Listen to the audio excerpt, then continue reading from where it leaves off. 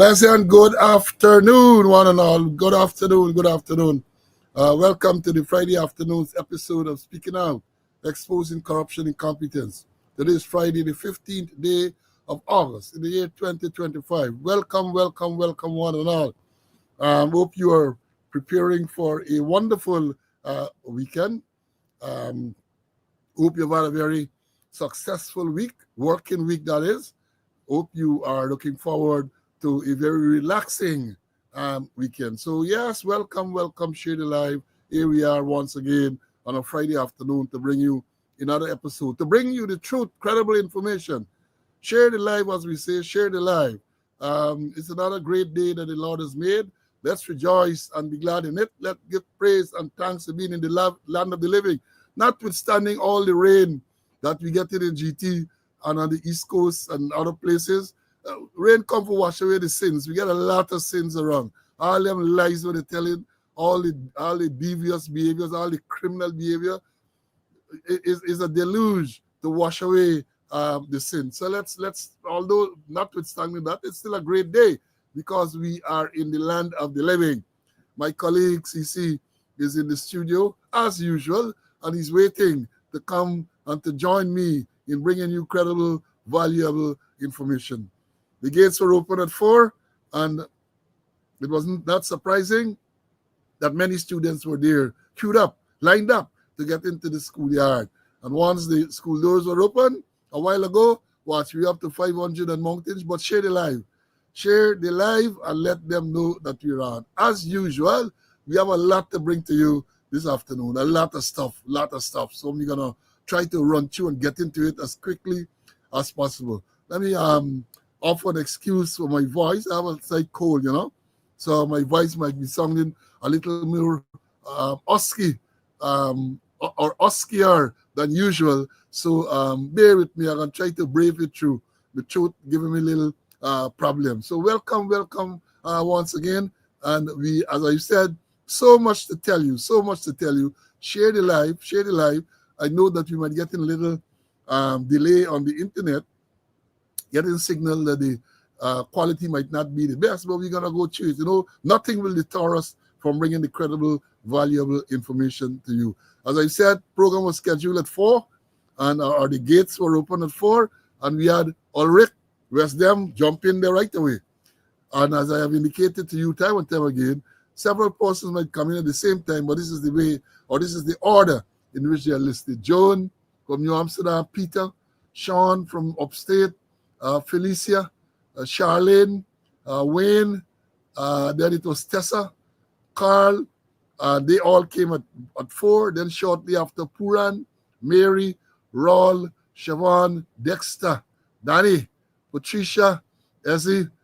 Then it was Morton, Lucius, Vibert, and this is Vibert Lawson. Simo is here. Paul, Joseph, Evelyn, Colin, 8941 is here. Gaston, 9556, my squaddy from Canada. Aubrey, Vernon, Kerry, Hazel, Ivor. Umi is here. Brower is here with us. 14126, retired Sergeant Brower is here with us. Denise, Como, 8218. Clifton, Pastor Smith, 9339. Claire, Keith, Rory, Wayne, Elton, Sandra, Melbourne, Rhonda, Raul, Stanford, Henrik, Benji, 8948, Compton, Gavin, Michael, Clarence, Gibbo is here, John, Heather, Carlton, another squad mate of mine, 9430, Diane, George, 11899, my countryman, another Vibert, 7464 is here, Hazel, Dion, Paulette, Russ, Taman is here, Dwayne, Aileen, Rayburn, Brenda. Then it was Semp is here, Cecil, Semple, Patrick from the UK, 12128, Jacko, Georgia, Rena, Michael. Then it was Anthony, 11032, Peters Hall, Clifton from Paris, Barbara, Colin is here, Melinda, 12538. He said 12568. It's 12538. Let me correct the number. It's 12538. The 6 is there by mistake. Selwyn, Marcus, Sharon, Darlene, Boo, Fergus, Lyndon, Father Masha, Rhonda, Denham still is here. Karen, Moses, Wayne Chipper, 68. Brian K. Doreen, another squad mate from Canada. I'm well supported by my squaddies, Dexter, Nicola, Terrence, 9795 from Canada, George, Tamo, Brennan is here, Mark, Orin from the UK, Michael from Mbaimada in Region 7, Patricia, Lorraine, then it was Claude, Carol, Aubrey. This is CC squad in 1953. He's in Canada. Marcus, True Guyanese, Elroy, Cecile, the countryman, Clive from the UK, Rosalind, Selwyn, Denise, the secretary, Pauline, Annette, Marvin, the fast bowler. He said he used to run from Far East into me. He said he had good pace. He had good pace, I must admit. Drifting 6699 is a new one, new student. Allison, Carlisle, then we have O'Neill, Ashley, Michael, Margot, Bernadette, Desiree, Lynette from the UK, Gavin, Ricky Smith, Montel, Keelan, David, Hope, Christy, Ralph, Pauline, Azarias, not a new student, at least making a comment. Angela, Harold, Annette, Donna, TK from California, 9135. Lorraine is here. BV Man Ezekiah is here with us. Welcome. Cloyd, Vashti, Marva, Paulette, Trevor, Vaughn, Alex, Oliver, Kyle. Then it was Allison, Delvern, Audrey. Then it was Chilo, Raul, Vorlin, Gavin, Jakey, you're late today, bye.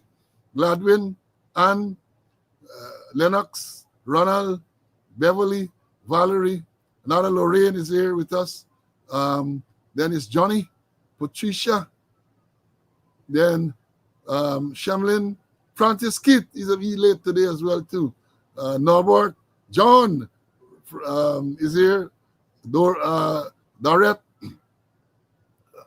Dion, Mary, Evangelina, Leon, Diane, Nadia, another Lorraine, MH, Marvin, Princess Earl, 6123, Emerson, Isabella, original black man, Beverly, Siobhan, Barbara, Gail, Delan, and Colin was the last man in the schoolyard. And then when the doors were open, not surprising, Edward Charles was there. Then we have Wills, and the list goes on and on and on. Shanna, and many others. Many others. Lynette from Barbados is with us. Carlton is here. And the list goes on. Desiree, on and on and on. Now, as I've said, we have a lot to tell you, and that introduction gave them enough time to join. Again, let me apologize for my truth. I'm gonna soldier through it nevertheless. Now as we say where we go, we start with the sad announcements. This morning I got the sad news that a colleague of ours, our daughter passed away during the night. I'm referring to retired Woman Assistant Commissioner Claire Jarvis. Our daughter passed last night. So this morning, that was a piece of sad news that I woke up to. The death of Claire's daughter. And then, we tell you how the roads are dangerous. We are here on Wednesday, and since then we had 2 more fatal accidents. It's been reported pedestrian fatally killed at Supply on the east bank of the Demerara. This is Wednesday about 1:30 in the afternoon. And the sad thing about this, they're saying that the 23-year-old pedestrian Alex Prasad got married only 2 weeks ago. The man got married 2 weeks ago, and some truck hit him and killed him on the east bank. And the truck driver did not stop. Police were able to apprehend him. Then we had yesterday, West Demerara, cyclists, pedal cyclists, and a motor car, West Dem, Blankenburg, West Coast Demerara, yesterday afternoon. Dangerous place. And what they do, they have all type of meeting coming together. We saw somebody and some consultancy with the former British High Commissioner. We hear what we're doing, because the roads in Guyana are extremely, extremely dangerous. And then I noted this morning too, because we reported to you a few days ago of this, I think it was Sunday, where this Cuban national was shot and killed at the supermarket in Church Street, Church and that's East Street, or Thomas Street, Church and East Street or Thomas Street, I'm not sure, True Value Supermarket, right? Well, I noted today they say that the security guard charged in relation to that matter. Because, we told you, given the circumstances that was reported, this man, the security guard claimed, according to the police, he saw this Cuban national going in and out. Perhaps he became suspicious. And then he confronted the man. The man had a knife. The security guard took away the knife from this man. That is what is reported. Then he stabbed him twice. The security guard stabbed him twice. And thereafter, shot him several times. Shot him. Right, we say it's murder. We said so. So we understand that the man is charged. I saw that in one of the dailies today, that the man is charged. So that is what. And again, if we cast our mind back to a few weeks ago, about a month or so ago, the situation on the East Coast falls in more area where they charged a security guard for murder because he said he shot at someone the police was chasing and he killed him. These security companies and the security guards are out of control. What type of training they are doing? And the sad part of this too is that they're going to charge the security guard, as they did on both occasions, to murder. But nobody's investigating the company to see what type of training these people get, and therefore whether they should really be carrying firearms. Nothing at all that is not being done. That being done. So once that is not being done, one can anticipate that is only a matter of time before you have other such incidents. Who can forget the two on the East Coast again, where the guard took away, he bluffed somebody, got an AR-15 rifle, and he went and he shot his former girlfriend's sister, or twin sister. Then we had the one somewhere at Enterprise, somewhere in the East Coast, where a security guard with a shotgun shot and killed someone of the young employees. I think the young employee, the guy was some morning report somewhere. The young man shot and killed because these people are not properly trained. They are not properly trained, and that is why I will continue to emphasize that. And I say that from a position of strength and knowledge, because I said repeatedly, by now most of you students will know that I used to be a firearm instructor. I have very good knowledge about the use of firearm, right? So when I say that they're not properly trained, I know what I'm talking about. I know. And this is not only security guards, you policemen around the place with guns. I said even soldiers run around the gun. They are not properly trained. I mean, it's a sad commentary, but it is true. It is true. And I ain't going to go into other details in terms of that, but when they challenge me, I'm going to tell them, if they were to challenge me, I'm going to give them the evidence to support that contention. Well, we don't have any board days to announce today. Before I go to that, let me express condolences to Claire and the relatives of those persons who died on the road, on the passing of the loved one. It can be, I'm sure, it can be very painful. People used to say, no parent should be burying a child. No parent should be burying a child, right? And then, what more for me to announce? Well, to let you know, especially my brothers and sisters in the Eastern Caribbean, places like Antigua and St. Kitts, I noted today that there's a Hurricane Erin, the first hurricane for the season, for the 2025 season is formed and heading towards the Leeward Island. So y'all be very, very safe, my brothers and sisters. Be safe. Hurricane season in those islands, whether it's the Windward Island, Leeward Islands, can be very devastating.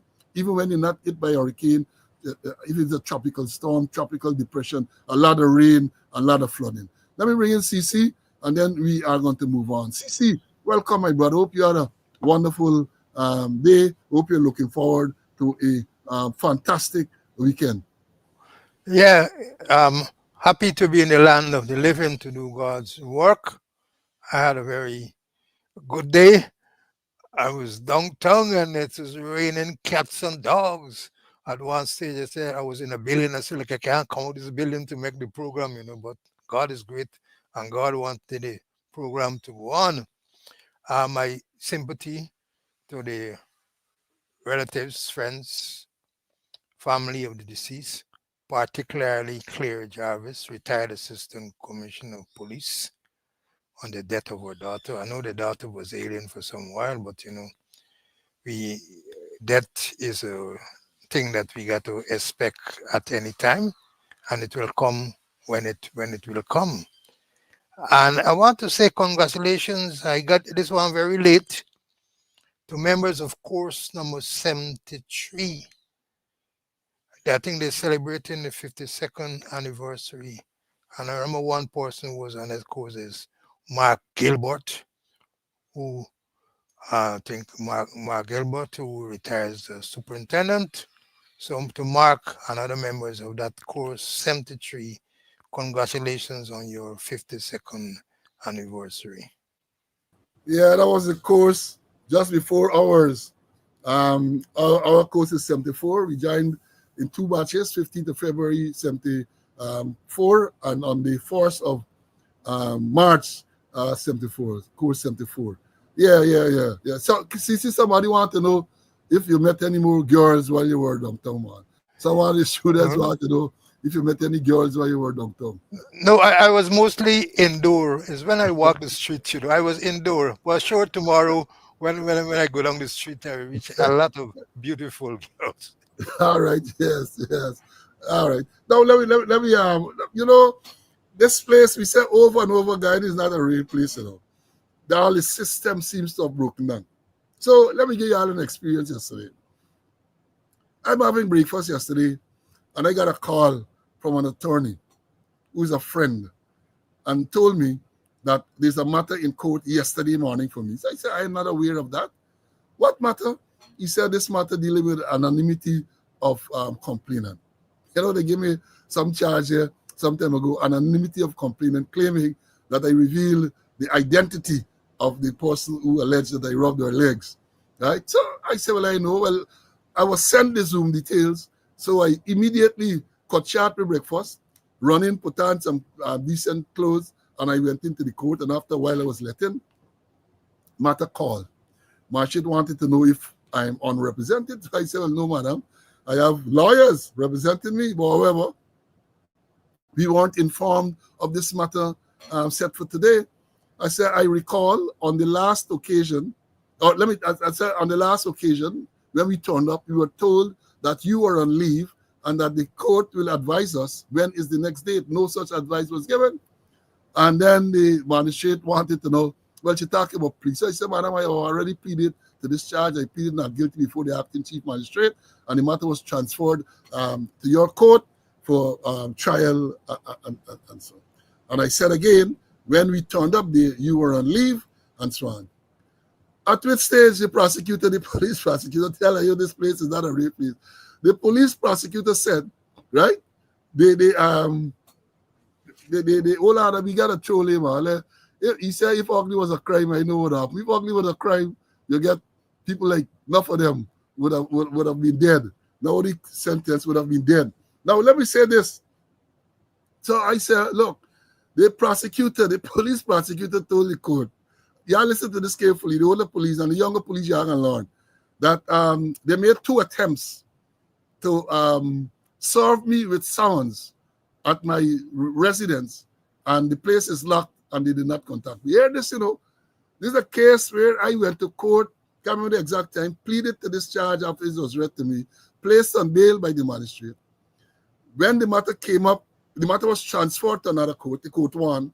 When the matter came up in court 1, the magistrate was on leave, and the clerk of the court said that, look, we're going to inform you when is the next date. You were never informed. And the prosecutor is telling the court, the magistrate, that they attempted to serve me with summons on 2 occasions. And I have to laugh because what type of summons you going to serve me? I'm already charged and before the court. I know of 2 types of summons, a defendant summons and a witness summons. You can't serve me summons as a defendant because I'm already before the court in the matter, placed on bail. You can't serve me witness summons because I'm not a witness in the matter. So, but I smile and I say, but look at this thing. And the prosecutor is proudly telling the magistrate that they made 2 attempts to serve me with summons, and no one was at my residence. And what summons you talking? As a matter of fact, that matter is out of the hands of the police in terms of date. The court indicated that when the magistrate resumed, they will inform my lawyers and me about a new date, and therefore there's a clerk of court has to communicate the new date. That was never done. Now, I don't know if they're trying to set up something and so on. I don't know if they're trying to set me up to say, well, I'm going to tell the magistrate that I am absent myself from court and ask a warrant to be issued. But even so, let me tell them again, because even if you were intending to apply for a warrant, where is the evidence?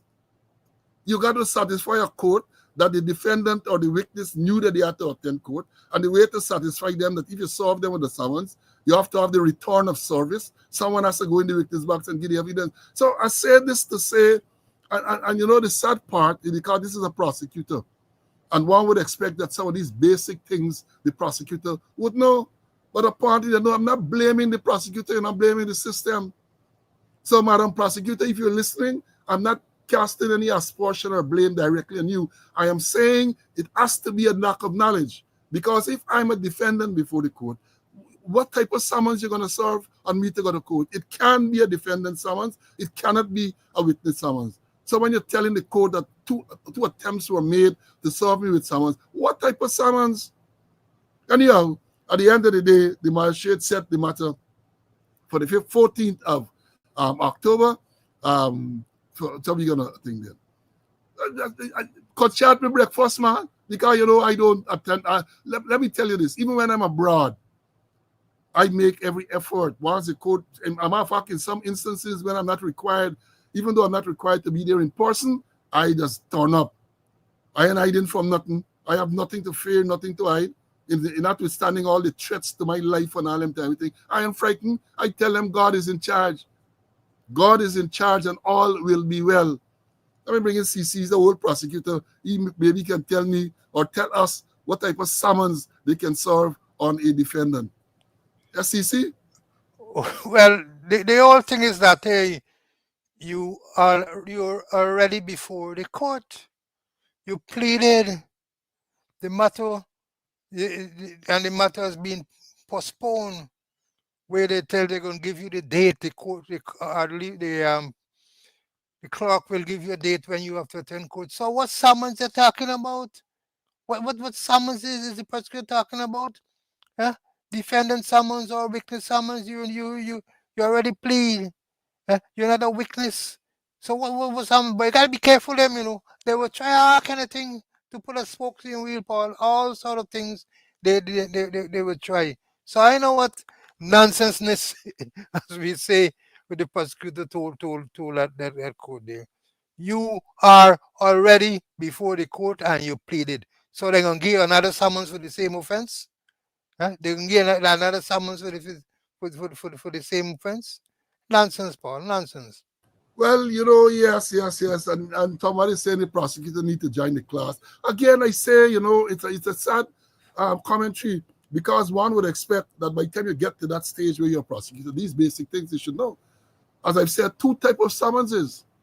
You have a defendant summons, and they don't use it often enough because many of the cases where they're arresting people and put them before the court, we have said that in the circumstances, nobody will know arrest or no confrontation. Summon them to go to court once you know the name and the proper address. Summon them. Some minor matters, you also arrest people and end up in the confrontation. Summon the people them to go to court, like nice nuisance and all them type of thing. Once you warn them, and then summons them.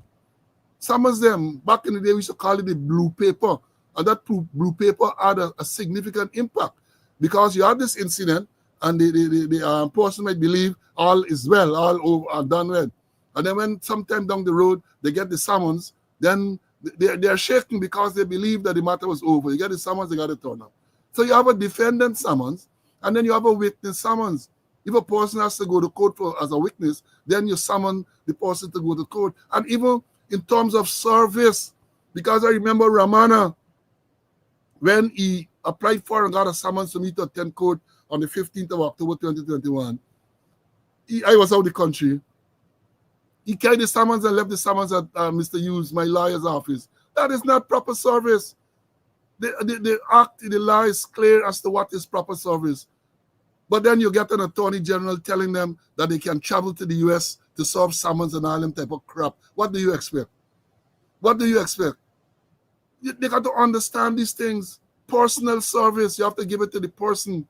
Or you leave it as it last a known place of abode with someone, big people, some big person. And the person must be advised to bring this thing to their attention at the first opportunity. Because you have to go to court at some stage if the person does not turn up. You got to get a return of service. You got to go in the box and give evidence. That's the only way the court will act in it. Because in the same case I'm referencing back in 2021, after they left the summons at the lawyer office, or before that, they applied for warrant, for arrest warrant for me, said, oh, I'm not turning up the court. When the magistrate questioned them, was the witness, what was the defendant, which was me, ever notified, ever appeared in court? You have any bail, you on bail, nothing aside, and you're applying for warrant.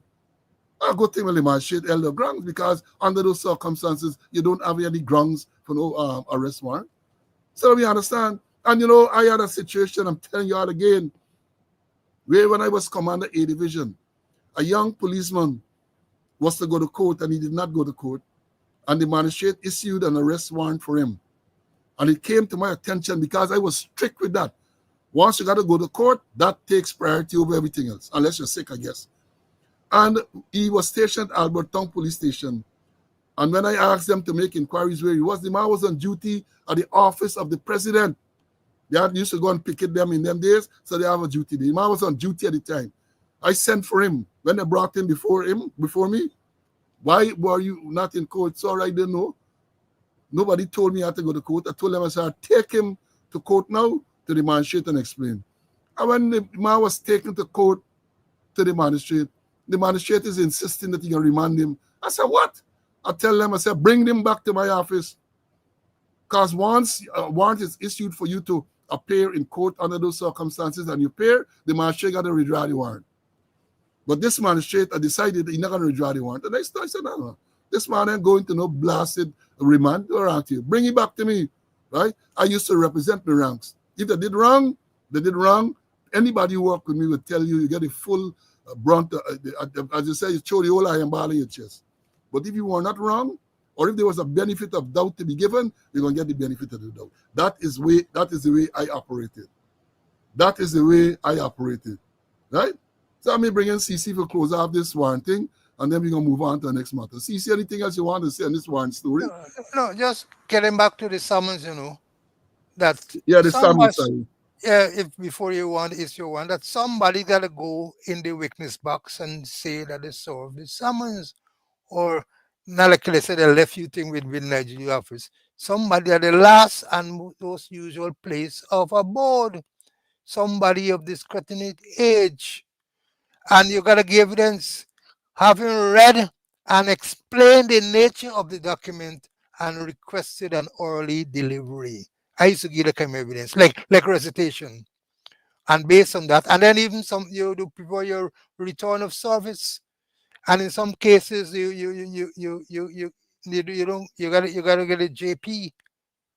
The JP, those indictable matters, get a JP to sign that thing there. Otherwise you make out your own return of service. So there's a process that you have to do. And don't go willy-nilly applying for warrant. You have to lay the foundation, and some police got to go in the witness box and lay the foundation before the magistrate could say, hey, issue any warrant. That's how I know it, and that's how it is. All right, let me just move on quickly.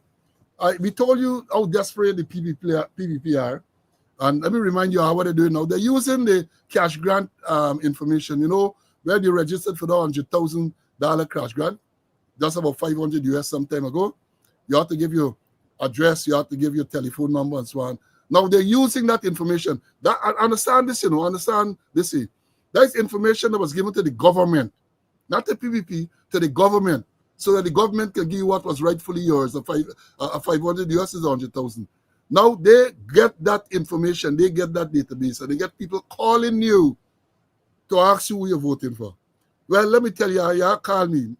Call me or ask me. And I'm going to tell you how you were made. I'm going to tell them about the whole process of how they were made. Call me and ask me them type of nonsense. But it's desperation. They're calling people and tell them and remind them, oh, you remember we gave you a cash grant of $100,000 and and thing. That's cash grant, remember, was to build generational wealth. 500 US was to build generational wealth. So now they're calling that, they're using that database illegally. They're using that database to call and harass people to remind them that you get $100,000 and who you voted for. Call me, y'all get my number on the record. Call me, let me give y'all some nice descriptions of certain activities. That is how desperate these people are. That is how desperate they are. Call me. I'm going to tell you all what I got to tell you all. So, Cece, did you receive your call as yet? Not yet. I don't think they will call me, you know. I don't think they'll call me. What they're doing with me, they're going undercover with me. They're dealing with me undercover.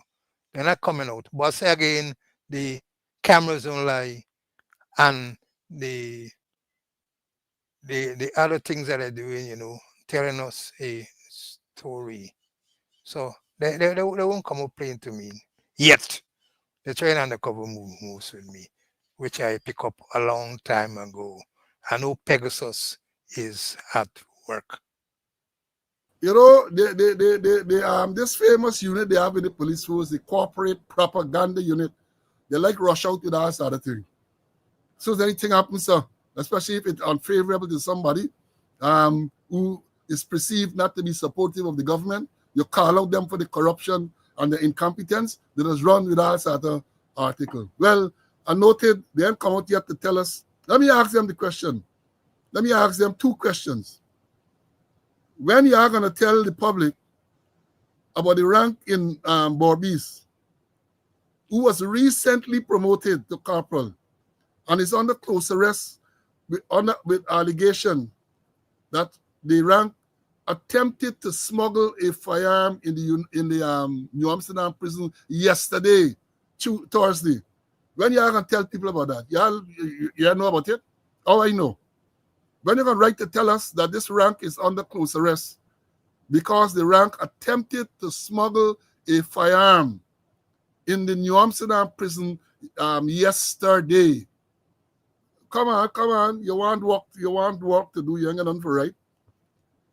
And if you all want more, this is right where you are there. When you're going to tell us about the 4 ranks who were recently meaning within the past 24 hours, arrested, placed under close arrest for demanding $4 million from Chinese. They're under close arrest, 4 ranks. We know the ranks, we know the name, you know. So if you are come and you are thing, when you are going to tell us about that, you keep the public informed. You're supposed to be transparent. You're supposed to be transparent. So tell us about the rank who is under close arrest in the Borbis. I know if the rank is still in Borbis for attempting to smuggle a firearm into the New Amsterdam prison. How this thing serious? Serious. And the rank involved was recently promoted to corporal. During this giveaway promotion, the rank was recently promoted to corporal. Then they get ranks under close arrest because they take $4 million from Chinese businessmen. Well, I have to make the point. I said, if they take 4, it's 4 of them, 1 million a man. The commissioner take 8.5 from Amir Ahmad. 8.5. So we all in deal with it too. $8.5 million he take from Amir Ahmad. And are you looking on the poor man because they take a 4? I ain't encouraging corruption, but that is what it is. And you know something? I saw serious allegations being made, or allegations, singular, against a senior police officer that he what they say, he is involved in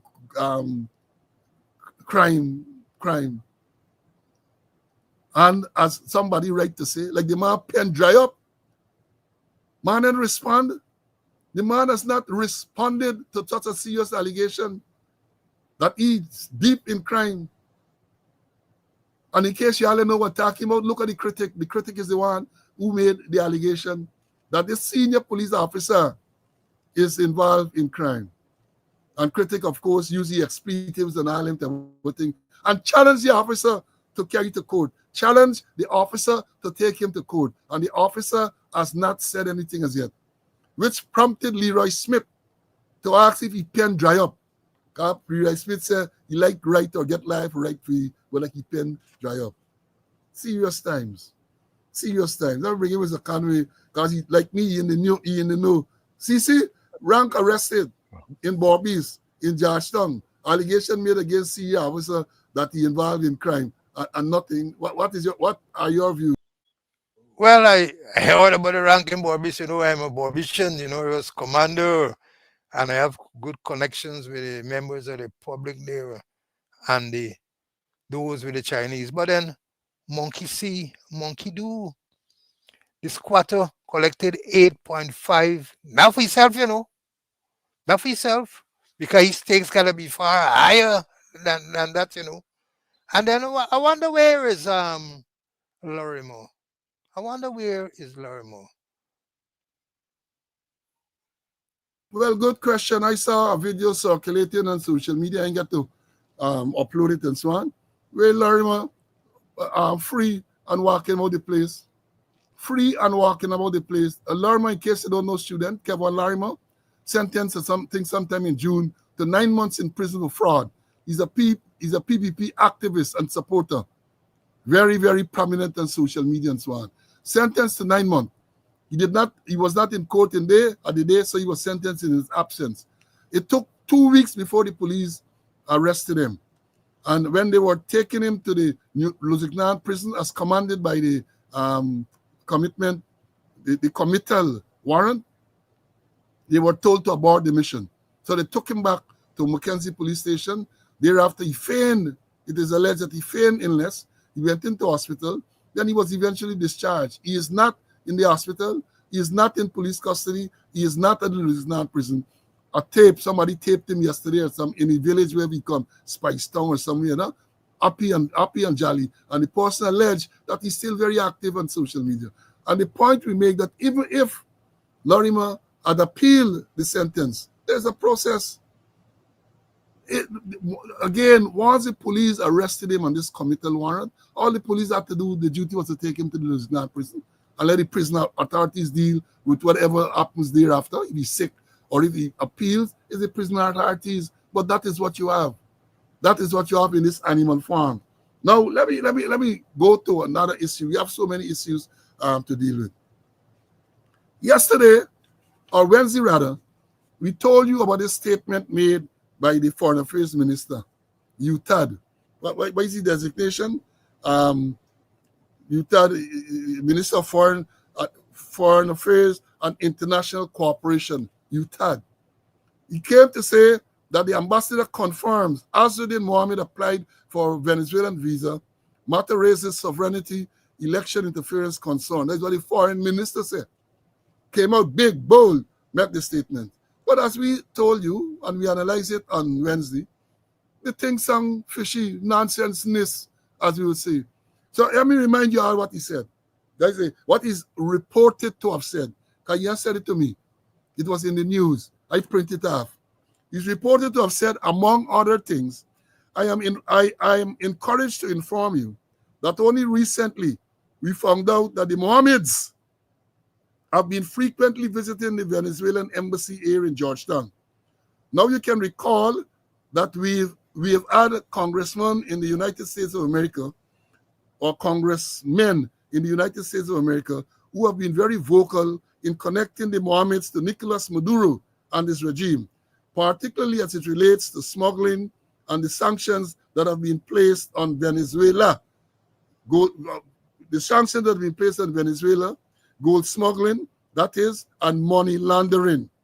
That disclosed during an interview with the Department of Public Information, another propaganda piece from the PPP.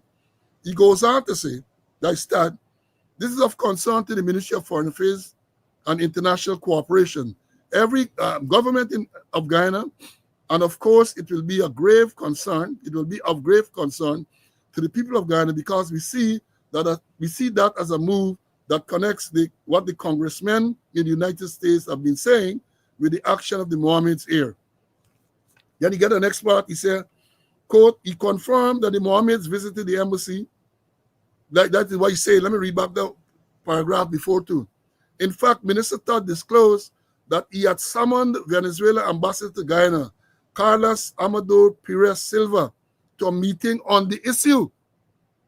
That is the issue of the Mohammeds visiting the Venezuelan embassy frequently. Then he goes on to say that instead, he confirmed, EA meaning the US, the Venezuelan ambassador, he confirmed that the Mohammeds visited the embassy to apply for visas to go to Venezuela, specifically Caracas. So that is of concern to us because we can see or we can follow a pattern now that that has been involved in. And I think that is of concern to us as a people and as a nation, because that can pose a threat to our sovereignty, particularly this particular moment that we have our regional and national elections. End of quote. Another quotation from here, he said, Todd has reiterated this point, noting that, quote, it is clear that the Mohammeds are close to Nicolas Maduro and his regime that can pose a serious threat to our sovereignty, and it can also affect our relations with the United States and our traditional partners. So I think it's of grave concern to us as a people, as a nation. That is what Todd said a couple of days ago, to interview with DPI, Department of Public Information, a propaganda piece. Now, yesterday, only yesterday, the vice president, you get this usual Thursday afternoon, I just call him Tanti Morning the Oval. Big Bacchanal just the other day, we didn't know Shimakumi. Yeah, I know the thing, woman Bacchanal. All of a sudden now, this is not the Mohammeds who went frequently to the Venezuelan embassy in East Street there. Now, it is the elder Mohammed. That's what Jack Dio said yesterday, the elder Mohammed. The elder Mohammed. So it's the one man now. And he is challenging, that's Jack Dio, a red part, he is challenging the younger Mohammed to contradict the evidence that his father visited the Venezuelan embassy. They haven't produced no evidence to support that, They have not produced any evidence. And I made the point, and let me repeat it, students. Mohammed is a political contender. He's the man giving the PPP the most headache. So much so that couple on the 29th or sometime around then in July, President had a vision. He called him vision, I call him nightmare. And the next day, he called on police 2,000 or almost 3,000 promotion. Fear is the key. That was a book written, or that is a book written by Alistair MacLean. Back in the day when I used to read novels, that had an insatiable appetite for reading novels. Alistair MacLean, fear is the key. Now, fear is the key. Fear is the key. So I made the point. This man is such a prominent political person now. They say now started thinking about it. Oh, we get sanctioned, we get linked with Maduro now, and you're that kind of thing. He smuggle gold and all them things. And they ain't get eyes on him. They don't know, they ain't got no evidence to show that this man visited the Venezuelan embassy frequently. They ain't got no evidence. So they're now calling on him to produce evidence to contradict them. You ever heard such nonsense? You ever heard such nonsense? Or as Nylan would say, such nonsenseness? Jack Dio, big bull, and hear this part. Hear this part. I have it printed somewhere. Hold on. Let me bring in Mr. Conway. Everybody says, Vice President General Secretary Bardio today, like yesterday, challenged Mohammed family to deny that the elder Mohammed, businessman Nasar Mohammed, visited the Venezuelan embassy to apply for a visa. They want the other Mohammeds now. Again, let me read that. He challenging the Mohammed's family to deny that the elder Mohammed, businessman Nasar Mohammed, visited the Venezuelan embassy to apply for a Venezuelan visa. They say, who accused must prove. So you accused of visiting for all certain nefarious means, and now you want the family to deny that evidence, right? I can't understand that they say Betty political career. Betting his political career, Mr. Jagdio clarified that it was the elder Mohammed who visited the Venezuelan embassy, which he described as suspicious following a claim from a U.S. congressman about his son, presidential candidate Asin Muhammad having ties with Venezuela government. While Foreign Affairs Minister Todd earlier this week said that the Mohammeds had made frequent visits to the embassy, forcing him to summon the Venezuelan ambassador, Mr. Jagdeo said it was the elder Mohammed, but questions should still be asked. Yeah, and then the quote here, so when the father visits the embassy, he's a member of this family. Don't tell me that Asin Muhammad doesn't know about it, or the daughter doesn't know about it. They all knew that he did visit the embassy, and they know the purpose of the visit. Imagine this is a vice president talking this shit, So he's saying, assuming for argument's sake that the elder Mohammed visited the embassy, Jagdeo is saying that the son must know and the daughter must know that he visited and the purpose of the visit.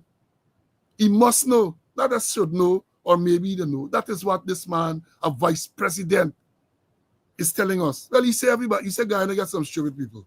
He said Guyana gets stupid people, so I guess he believes all of us are stupid. Let me bring in Mr. Conway, and then I'm going to continue with this matter. I got some more stuff to talk about.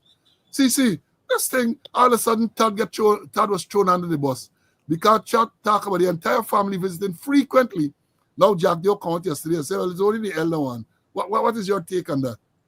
Well, I'm not surprised that Todd was thrown under the bus, I don't want to believe that it's because of the color of his skin and the texture of his hair. And what has happened to the security apparatus of this country? The big one that Nandal has piloted a bill to make it legal, Lisa.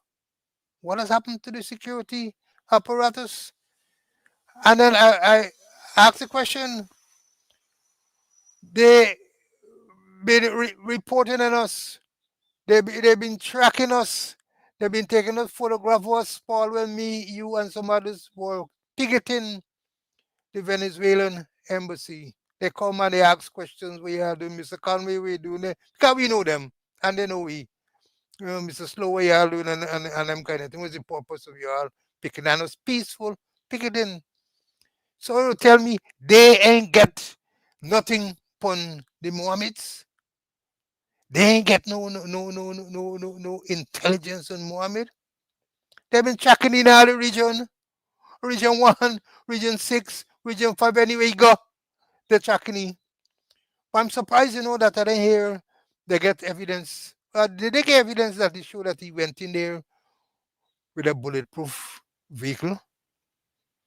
Or he went in there, or the security apparatus pick him up, going in there with a red and blue ram, like what they say, Adriana enter.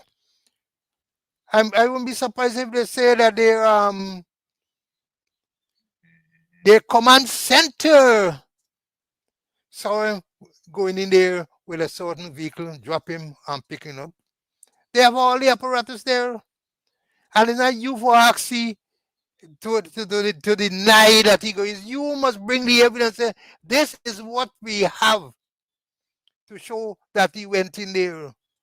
And if they get proper security, if they say that he had application form, they should be able to get a copy of the application form. They should be able to say date and time that he went in there. Whether is he alone or whether is others inside there. The security now work. The intelligence now work. Huh? So it's just bluffing. And perhaps deeper down, as somebody say, they want to discredit Todd because of the color of his skin and the texture of his hair. Now, let me continue the same matter. We don't leave it at that with them. It says here, presidential candidate Asin Muhammad has stated that he never visited the Venezuelan embassy and has not made any application for a Venezuelan visa. He has dismissed the government's concern as purely political. But Vice President Jagdeo said the matter must be treated seriously and taken seriously, adding that he also believes the elder Mohammed should be questioned by the authorities about his visit, able to say, quote, I think at some stage that should be done. And the court, Jagdeo said, while noting that attention is now being focused on the upcoming election, noting the government concerns about the link to Venezuela, Mr. Jagdeo was questioned about whether the U.S. government has provided any evidence linking the Mohammeds to the Maduro regime outside of a tweet a few months back from 2 U.S. congressional representatives. Quote, the Mohammeds need to answer now, which I am hoping they would do, Jagdeo said. He said the government of Ghana concern should not be seen as cheap political rhetoric in an election season. That is exactly what it is. Cheap election rhetoric. But let me go on. And as I said the other day, it's quite embarrassing how they can put certain people to do these things. And let me say here, I made some note, right? They said, Jagdeo in a thing here, he's calling on the joint services. Hold on, let me read. I want to misquote them, because they're going to tell you, you misquote them, you're there before the court. They're going to carry you before the court quick time. Hear what is being reported in part on HGP TV. By General Jagdeo has put the onus squarely on the Guyana Police Force and the Guyana Defense Force to decide when prominent businessman Nasar Mohammed will be questioned over his visit to the Venezuelan embassy. But he made it clear that this is no free pass. Speaking at a press conference Thursday at Freedom House, Jagdeo said the security forces must handle this matter in keeping with the government's strict policy against any engagement that could undermine Guyana's sovereignty. Imagine that there's a dog whistle. He said yesterday that the police and the army should question Nasar Mohammed about his alleged visit to the Venezuelan embassy in Georgetown. Let me ask you this. Assuming for argument's sake that Mohammed visited the Venezuelan embassy, what offense has he committed? Ask Jagdeo. Ask his Attorney General. Ask the DPP. What offense has Nasar Mohammed committed? And let me understand this statement. I don't brief for Nasar Mohammed or none of the Mohammeds. I don't brief for them. But I am talking here about the law and fairness, the rule of law. Let me assume for argument's sake again, I said, Nasar Mohammed, the father of Asin Muhammad, who's a presidential candidate, went to the Venezuelan embassy. They claim that he went there for apply for a visa. Is that a crime? Is that a crime? And let me tell you, if you want to talk about engagement with Venezuela, Bara Jagdeo, this is more of concern, or should be of more concern. They say you could probably, on the maritime area, give Venezuela a channel out to the sea. So you make a slight concession in the maritime area. You could. That to me is more worthy of investigation, even at this stage. Even at this stage, that statement made by Bharat Jagdeo some years back, right? I said, and I still believe such a statement can be considered as treasonous. That is what my belief is. Can you give them a maritime tree? People claiming the whole Essequibo, the whole of Essequibo, 2/3 of Guyana they're claiming, and you wanted to give them a passage or some crap like that, right? And you talking about a man visiting the the Venezuelan embassy. You claim that he visited them, and the police and the army. What role? Again, look, comrade, y'all don't take these things lightly. This is the type of dictatorship that we are living in. Again, if Mohammed went to the Venezuelan embassy, what offense has he committed for you to give the dog whistle for the police and the army to question him? But let me say this. Let me say this to Mohammed, right? I know maybe you're gonna consult with your lawyers and so on. As far as I'm aware, you have not committed any offense. And I'm saying this, if you're invited to be questioned, decline the invitation. Right, you are going. Decline the invitation. If it is that they want to arrest you, well then let them arrest you. Because if it is that they invite you, perhaps you're going to give them the critic treatment, like how you talk the critic in the Jachangman Street compound, give them the same type of thing now. Tell them where to get off. Tell them. Let them arrest you if they want to question you. Right? Tell them where to, and then if they arrest you, you have nothing to say. You have nothing to say. First of all, they have no grounds to arrest you, no legal grounds. But the law and the Constitution doesn't matter to them. Doesn't matter to them. The law and the Constitution doesn't matter. They have violated it on numerous occasions. Right? So they're going to come. Because let me tell you this too. That dog whistle that was sounded there yesterday for the police and the army. How army get involved in this? How the army, again, assuming that this man did something wrong, which he did not do. How the army has become involved in this. And you get a chief of staff or chief of defense staff, you get a commissioner of police who is so compromised. Now that the dog whistle sounded, you're going to just how they're arresting, or they're going to go for say they're arresting Shell Mohammed. Because that is the way they operate. But Shell, I can tell them, if you're going to say anything at all, remember what you told Critic. Remember what you told Critic? Tell them the same thing. Tell them the same thing. This man got to be going crazy, this man Jagdio, to issue such a statement.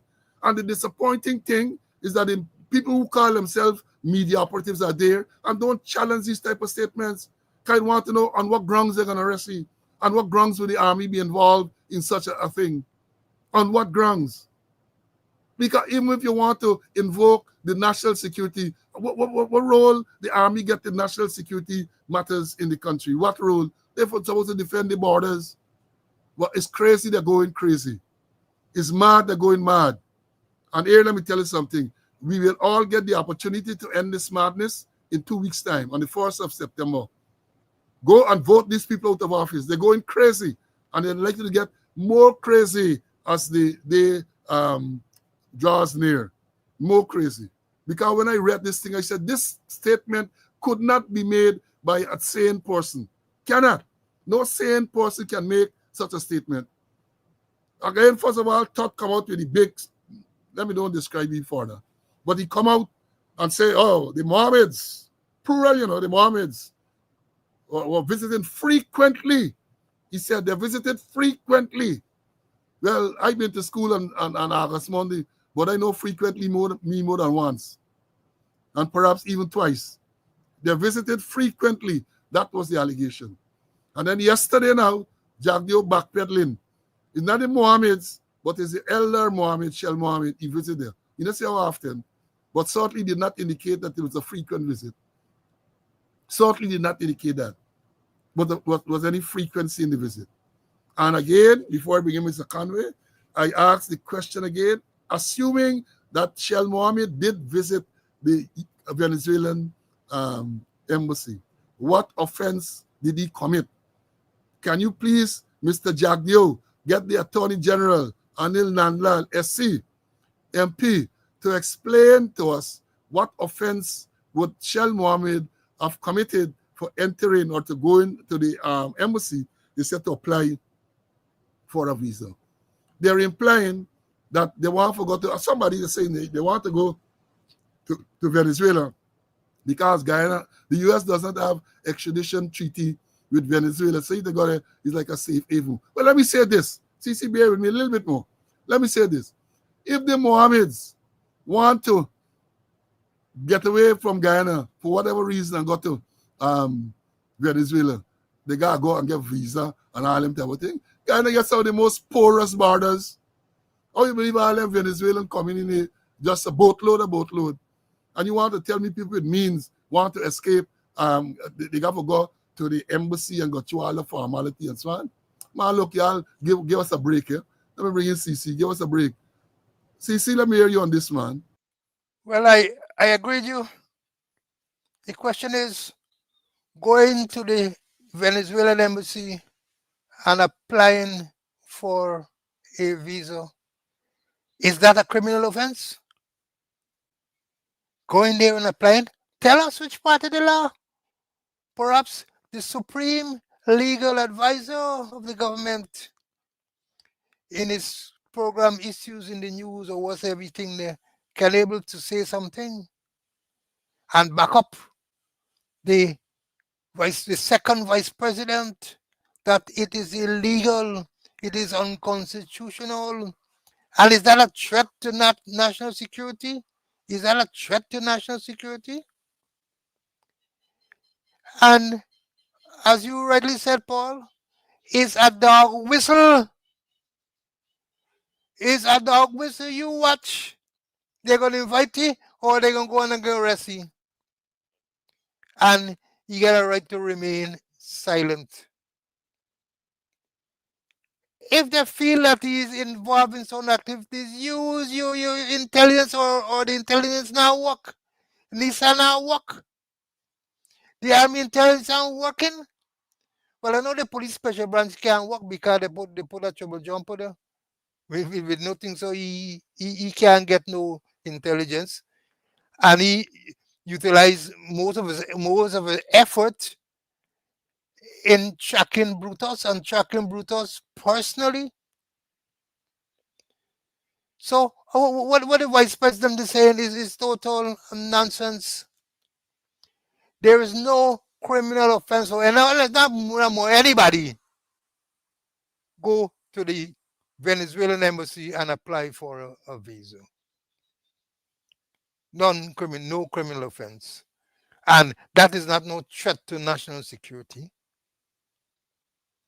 And if you want to go Venezuela, as you say, the border the porous. The border the porous. He might not want to go Ettering Bank because they build a new station there. You get Kaikon, you get Porimo, you get Ikeraku, you get all them places, even in Northwest. The easiest one is in Northwest. That you can go to Imbotirio. Just a little creek, the Imbotirio Creek, so separates Guyana from Venezuela. They're porous. You could actually just take a boat and push a boat and from the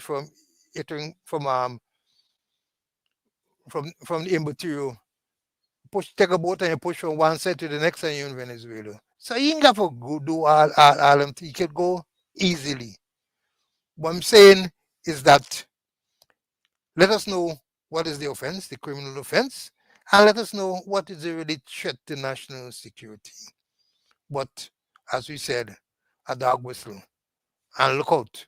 Maybe by the end of the week or early in the new week, you're going to hear Asin Muhammad under arrest. Under arrest. Listen out for it. Well, they're talking about the father, so maybe the father, not Azuddin himself, maybe the father. Now, let me do some housekeeping. There's a well, none of the first student award, Francine Cruz, comes on this channel to attack and denigrate people. On the last occasion, I think Cruz was warned. Now Cruz is back here attacking Selwyn Peters. Look, let me tell you something. This is not a channel for that. Warned, and you come back here talking with little boys and all them type of things. So bye-bye. Right? Bye-bye. Find some other forum, some other platform to attack anyone, not only Selwyn, anyone. So I'm going to remove the comment, and I'm going to block you from this. You get suspended from this school, Francis School. Bye-bye. Bye, Felicia. Right? Not here. Right. Let me move on.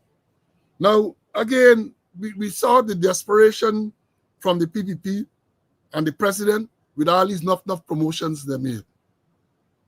All these many promotions. As we told you a while ago, one of the recently promoted ranks in New Amsterdam under close arrest is an attempt that the rank attempted to smuggle a firearm into the New Amsterdam. There's a serious thing. There's a serious thing. That is what led, an incident like that is what led to the jailbreak, where people get away from the prison, shot and injured. Winfield, I think, was the prison officer. And that led to mayhem in Guyana. It led to mayhem in Guyana.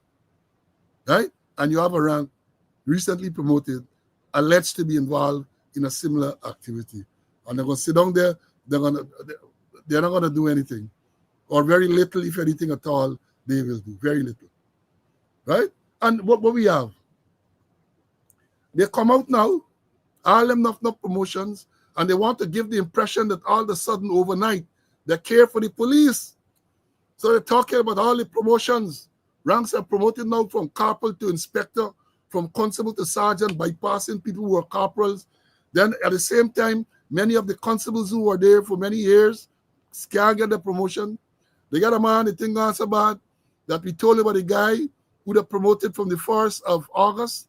Then he can sign a dismissal letter on the 8th of August, dismissing him from the 1st of May. So he got promoted to corporal on the 1st of August. They signed a dismissal letter on the 8th of August. The dismissal said he failed to report for duty on the 1st of May 2025. It's sheer confusion and chaos and incompetence. It's all of that. Right? It's all of that. Now, let me go further. Right? Let me go further. I'm going to read some stuff, I'm going to read. I got the thing lined up here. Because I want to show you that there's so much care for the police. They want to show that there's so much care. They got so much care. Where were the PPP operatives? Where were they when woman special constable Bollers alleged that the attorney, who is the son of the acting chancellor, spat on her and used all sorts of racial remarks? Where were they? Where were they? Right? Look. Let me read a part for y'all, man. I just do my research, right? I just do my research. Let me read a part. Where were they when that female constable files complaint against lawyer over allegedly spitting incident on a racist tirade? This is in March 2022, right? March 2022. In a complaint, they said woman supernumerary constable. I don't think she was a supernumerary special constable. Shawnette Bollers alleged that while she was on duty at the residence of attorney's father, retired acting Chancellor Carl Singh, she was attacked by the attorney who allegedly spat in her face and allegedly made several disparaging racist remarks towards her while chasing her out of the yard. The female special constable of the Ghana Police Force has filed an official police complaint against attorney Narvan Singh. In the complaint, woman supernumerary constable Shawnette Bollers alleges that on March 20th, 2022, while she was on duty at the residence of attorney's father, retired Chancellor Carl Singh, she was attacked by the attorney who allegedly spat in her face and allegedly made several disparaging racist remarks towards her while chasing her out of the compound. She said even after she left the compound, she was followed by the attorney who continued to make disparaging remarks towards her while allegedly describing her as a black monkey. Woman Constable Bollers said she immediately called her supervisor and related the incident, filing a report. 2 days ago, she officially filed a statement to the police investigators detailing the incident. Our attorney, U.C. Anderson, has also written to attorney Narvan Singh, detailing the incident and the criminal and civil breaches of the law by him owing to the incident. In the letter, attorney Anderson told Singh that complaints will be filed against him with the Guyana Bar Association, even as redress will be sought through the court. It appears to not be the first time that attorney has been accused of verbally assaulting police constables who are posted at his father's residence. In a recording, a voice believed to be that of Narvan Singh would be heard telling another constable to get out of his yard while she was on the phone, filing a complaint against him with the supervisor. In the statement today, the People's National Congress said it is appalling that the incident will be so closely monitored, the incident will be closely monitored. The situation to ensure they will monitor the situation to ensure that Shawnette Bollers received proper assistance. That's one incident. One. Then in the same incident, She had to do then let me read the other part. During our solo, woman constable accuses DPP. Here we say the same matter. The woman constable accuses the DPP of stripping her of justice in the decision to discontinue private charges against the attorney. So it would appear that whilst the report was made, if my memory serves me correct, no criminal charge was filed. So they filed private criminal charges against his attorney. And the DPP discontinued the private criminal charge. And then they say, during our solo protest today, that's on May 19, 2022, the woman constable said all she wants is for justice to be done in the matter. She expressed disappointment with the DPP's decision. One day after the Director of Public Prosecution discontinued the private criminal charge that was filed by Woman Special Constable Shannon Bullers against Attorney Narvan Singh, the police constable picketed the DPP's office, pointed out that the DPP has stripped her of her rights to be heard by the court. The DPP did not give any reason for her decision to discontinue the matter against the attorney, who is the son of retired acting Chancellor Justice Carl Singh. The attorney for Ms. Bullers has already indicated that he plans to challenge the DPP's instructions to discontinue the matter. During her solo protest today, the woman constable said all she wants is for justice to be done in the matter. She expressed disappointment with the DPP. I need my case to be heard. Quote, I need my case to be heard. I need it to be tried. If there is something, let it come forward and let the public see, because that night it impacts me and it will leave a scar with me for the rest of my life. I need the public to know. I need it to come to trial. What is there? Let the country see. Let the world see what we black women endure in the Guyana police force. In the private criminal charge, the DPP discontinued. Bullard accused Narvan Singh of racial hostility towards her. She complained that he hurled a number of racist remarks at her after allegedly spitting on her and chasing her out of his father's yard where she was on duty as security.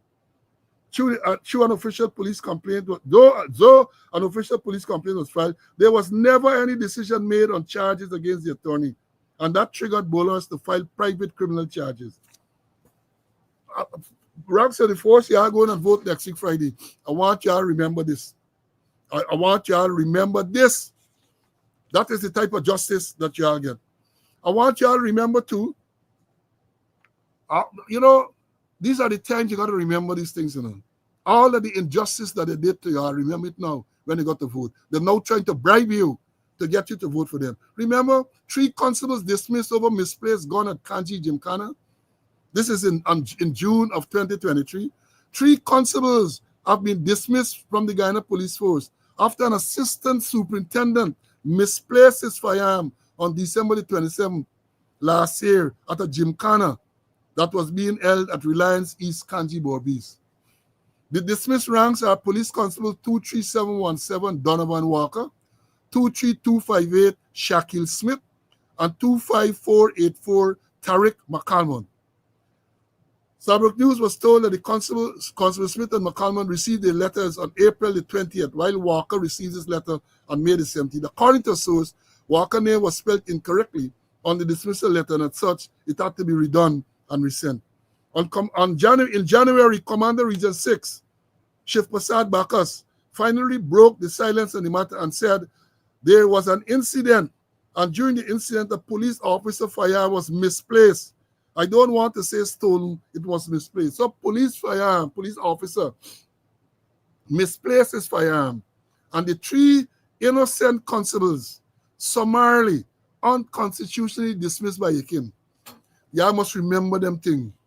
They say you should be your brother's keepers, because yesterday it was them, tomorrow it might be you. Right? Dismissed just like that.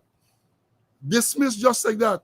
I want you to remember the matter with the Quindon Bacchus killing, where Damian McLennan and those other 2 guys dismissed summarily the day they appeared in court, the 5th of July 2022. No presumption of innocence, no right to be heard. You can dismiss them from that day. Come on, you must remember this thing, because it was them yesterday, tomorrow it might be you. So the way to deal with this, vote them out of office. Vote them out of office. Let me tell another incident. If you all remember this, um, let me find it, man. Let me find it. Here it is. Here it is. This is how they're treating you all, you know. So don't let it come now with all this sweet talk and all this type of bribe you. Who can remember or who can recall the incident with Constable Kellan Gilbert at the resident? Let me read it, man. Let me read it. I'm reminding you all about these things. Police Constable Kellan Gilbert, who was recorded and had his image posted across social media when he fell asleep while performing security functions at the home of government advisor Harry Gill, has filed a lawsuit against the government official. Gilbert is claiming $5 million for emotional distress and violation of his rights.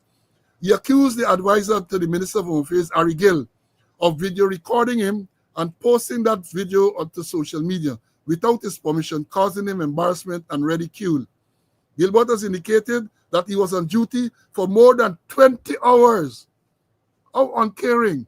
He was on duty for more than 20 hours straight when he fell asleep at the advisor's home with his service gun in hand. After the video made the rounds on social media, the police rank dispatched a letter from his lawyer requesting that the video be removed and from the various social media. This is a man from the TSU, Gilbert. Incidentally, this is the same guy who was recorded cussing up the sergeant, the same guy who was promoted to corporal on the 4th of August, and then the commissioner signed the letter on the 8th of August, dismissing him from the 4th of May 2025. It's a real comedy thing. Same Kellan Gilbert.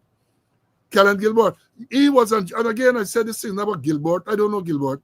This thing about the system. This man was on duty for more than 20 hours straight, armed with an assault rifle. Right? He alleges that Harry Gill came home. The video is there for circulating. Found them sleeping. Rather than showing some compassion for Rank, who has been there for an extended period to guard him, what he does, he video record. Well, he's alleged to have done that. He's alleged to have video recorded him. I post them on social media. That is the care they're showing you all. That is the care that they are showing you, the police rank. The other day was Kevin Gilbert. Tomorrow it might be you. Remember that when you go to vote next week, Friday. Remember that when you go to vote next week, Friday. Incidentally, I heard that Gilbert might be in hospital because having been dismissed, we understand that he was attacked by someone. Somebody attacked you and stabbed you up. He's in hospital. I wish him a speedy recovery. That is how they're treating you, ranks in the police force. That is how they're treating you. And you mustn't forget that. You must not forget that. You get an opportunity to right all of those wrongs come next week, Friday. Let me bring in Mr. Conway, and then I want to come back. I have something else to talk about the same issue. CC, your take on that. All of a sudden, they like the police, and they come in and try to butter up the police and so on. Your take. Well, it's all election gimmick. And well, look, it's shocking. There are about 3,000 police promoted. What they do, things that they're supposed to do first, they do last. We said it before that promotions work on vacancies in the force. The establishment, that's what they work on, establishment, and there's certain criteria for promotion. And when you look at the list, my God, when you look at the list, here a man who, allegation of man who persons who left the work get promoted. I think a man who dead get promoted. Supersession, the order of the day. No background checks. Persons with disciplinary matters get promoted. Well, then we shouldn't bother because we had persons with disciplinary matters and get promoted. Remember we had Karen Bash, we had Brutus, we had Chief Pasal Bacchus, we had the squatter, and we had a very famous lady, Chevron Jupiter. All of them had disciplinary matter spending, and they promote them. And remember also, the chairman of the Police Service Commission then said on a Friday morning that he waited on a list of persons recommended for promotion from the commissioner. On Saturday, 270 something persons get promoted, including people who left the work. Same thing going on. People with disciplinary matters, including people who don't pass the exam, and a whole lot of irregularity superstition. Now here you have near 3,000 persons. If the president wake up with the nightmare and go to the place there and he say promotions, they gotta say, wait, not so fast, Mr. President, not so fast. We have to do due diligence. And none due diligence wasn't done. They put the horse, they put the cart before the horse. What they should do first, they do last. They the things that it's supposed to do first, they do last. Where are the vacancy? And then you get the service commission that life ended in May, promoting people up to a couple of days ago, and it starts on post make inspector.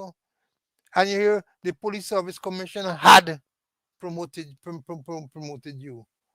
The whole thing is a mockery. It's a mockery. And I hear somebody say, look, that they're trying to put system in place to know how the joint services vote. Some system in place to know the joint services vote. And if they discover that the joint services didn't vote for them, they're going to take back all them promotion. It might sound a bit, confusing, but here how somebody say going to happen that if they lose, and I'm sure they're going to lose the election, they will get one of the cronies, to challenge the promotion. And they're going to get one of the judges to vitiate the promotions. The promotions. So they're taking back the stripe. And they're going to take back the stars. And they're going to take back the pips. So joint services men, particularly the police, be careful how you vote. Be careful how you vote. Because the whole process was unconstitutional, irregular, and everything that is wrong. It should not have happened. Where the service commission said they promote people and the service commission is dead. The president can't promote nobody. And he going to tell he can promote. And then he going to tell the one that I can't give him a godly salutation because he doing to do ungodly thing. Patrick Finley. How in God's name Patrick Finley promoting people now when since May he finished? How can he do that? But it's animal farm. And it causing a lot of dissatisfaction among the ranks. The morale is rock bottom. The moral of the rank is at rock bottom. Because they promote friends and favorites and people with political connection. They want the female from Isla Penitence, the sergeant who had the PPP colors and a cup. She make inspector. She's an inspector. She's not an inspector. She's an inspector. So many things going wrong, Paul. So many things going wrong. And it's time people get up and take action. You can't go and promote people willy-nilly. There's a process. There's a process that you have to follow, and there must be transparency. People must get promoted on merit, not political affiliation, not by being favorites. And it is affecting the police force, it's affecting members of the force, that the morale has gone to rock bottom. Animal farm at play. animal farm and plan. Even the last evening, you remember, the president had 19 charges. Anil Nandalal get charged for thieving law books. Ashni Singh get charged. And what happened? The government changed. And the politically appointed, politically controlled DPP office, what they did? They null pros those charges. So let's see what's going to happen. But looking in the crystal ball, I ain't seen anything good coming on. Yeah, well, let me say this. I'm glad you mentioned about the voting, you know. Because you're trying to intimidate people and saying they're going to know. The system as I know it. And I would hope that the monitors, I hope the political parties and all of these people will perhaps do some voter education for the members of the joint services. I don't know if they have done it. Because the people need to know what is the process, because the joint services vote, in a sense, is different from the others. First of all, they voted before, and the old process in terms of the counting of the ballots and all that is different.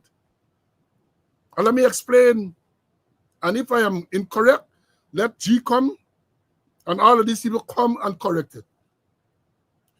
The entire electorate, the names, and other information is on a list. We're calling, I think, the PLE, or whatever they call it, it's on a list. Now, for the joint services vote, some months ago, they would have indicated, the services would have indicated the names and the information of their members. And the joint services, GDF, police, fire, prison, they would have indicated these are our members. Now, the GCOM would have then extracted those names from the overall list. They extracted the names from the overall list. So on election day for the joint services next Friday, they will have several designated joint services polling places. Follow me, ranks. Follow me. They're going to have designated polling places. So now what would happen? Remember, if you were, because when you're voting, you're not only voting for the presidency, you're also voting for the region. So if you were registered, let's say, in Region 6, or you are registered, let's say, in Region 10, and you're now in Georgetown, or you're now, they will then send that ballot to the area where you are for you to vote there. Because you can't expect people, police, many travel to Linden, that is not the way it's done. They extract the names, and this is the little part that you got to understand. Once they extract the names, so they get a joint services list, and they have where the members are supposed to vote. Now the ballots, once they extract the list, so you say Paul Slow registered in Borbis, Region 6. He is now voting because he's stationed in Region 4. The ballot for Paul Slow, Region 6, will come to Georgetown where he's voting. Now, how would they know? And this is how I know the system. Again, I said it to correct me. The ballot is in an envelope. The envelope will have the name of Paul Slow and the region that he is registered to vote in. So Paul Slow, Region 6. The envelope come, a ballot is in there for Paul Slow. When Paul Slow turns up, presents his ID card and all of that, the scrutineers or whatever, they take out the ballot, they give that ballot from that envelope with Slow name and the region to Slow. Slow goes into the booth. Slow marks his X. That ballot now, that marked ballot, is supposed to go into an unmarked envelope. It's supposed to go into an unmarked envelope. In other words, your name ain't up on it and all them thing any longer. The only thing that should be put on that, a stamp for whichever region. So no longer there's any name. Because as I told you all some time ago, when some years, I think it might have been the 2007 whatever election, GCOM did a presentation to the senior police officers. And I made some strong objections to the process. Can't be that would have been 2001. Larry Lewis was the commissioner, I remember that well. Right? Keith Lowenfield was the man who came to do the presentation. And they were saying that, yes, your name in this envelope, or the ballot is in the envelope, and when you mark your X, it goes back in the same envelope with your name, and then it goes back to the region. I objected to that because I said that if the envelope with your name on it and the marked ballot is inside, when they're opening this envelope to take out the ballot, who is to stop some curious person from peeping to see where that particular person, how they mark the X? How they mark the X? It would have been 2006. Larry Lewis was the commissioner. I remember that well. So it would have been before Larry Lewis left in 2001, I think. Right? So it would have been 2006, Mary. Larry Lewis. So, yeah, I objected. And you know what was the compromise? We then agreed that what they're gonna do, yes, the ballot has to come with the name of the person and the region, but once the person marks the X, once the ballot paper is marked, that goes into an unmarked envelope. That goes on to an unmarked envelope. The only mark gonna be on an envelope that will go into now is the region, because as we know it, as I know it, when the Giant Services finish voting now, all the envelopes, all the ballots rather, for a particular region, region 6, so they'll have to go back to the region to be counted, mixed with the others and counted. Mixed with the others. So in that process, nobody can know who you vote for. Nobody can know who you vote for. So again, I say I don't know if they change the system, because you come doing all sort of nonsense now, you know. But in order to protect the identity of the voter, you cannot have a marked ballot put into any envelope with any identification mark other than the region. So if you're going to put it with the person's name, and that is wrong. That has the potential to reveal the identity of the voter. I tell you all, I sit down and I make tremendous noise at that meeting. I made a lot of noise at the meeting. And then we came to that compromise. I don't know what has happened since. But I'm saying that the process, that as I know it then, ensured that nobody could know where the person who they voted for. Couldn't know who the person voted for. And that is why I said too, I see them beating around this thing with cell phones in the polling place. Cell phones should not be allowed in the polling booth, because it has the potential of disclosing. So it's no longer anonymous and secret. Who can recall Kashif? I think it would have been 2011 or something like that. He voted, he had his cell phone. When he done, he flashed it, and then he was able to post it to prove to them that he voted for them. Because I understand that part of the arrangement, they're telling you vote for them, and you have to prove that you vote for them before they give you whatever money you got to get.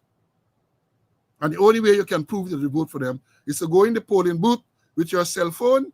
When you mark your X on the thing, you flash it to see you mark the X against them, and then you send the thing to them, and that is your invoice to get your payment. Again, I say I don't know much voter education going on, but I thought it important when I thought about this thing yesterday and last night. I said it is important that I bring this to the attention.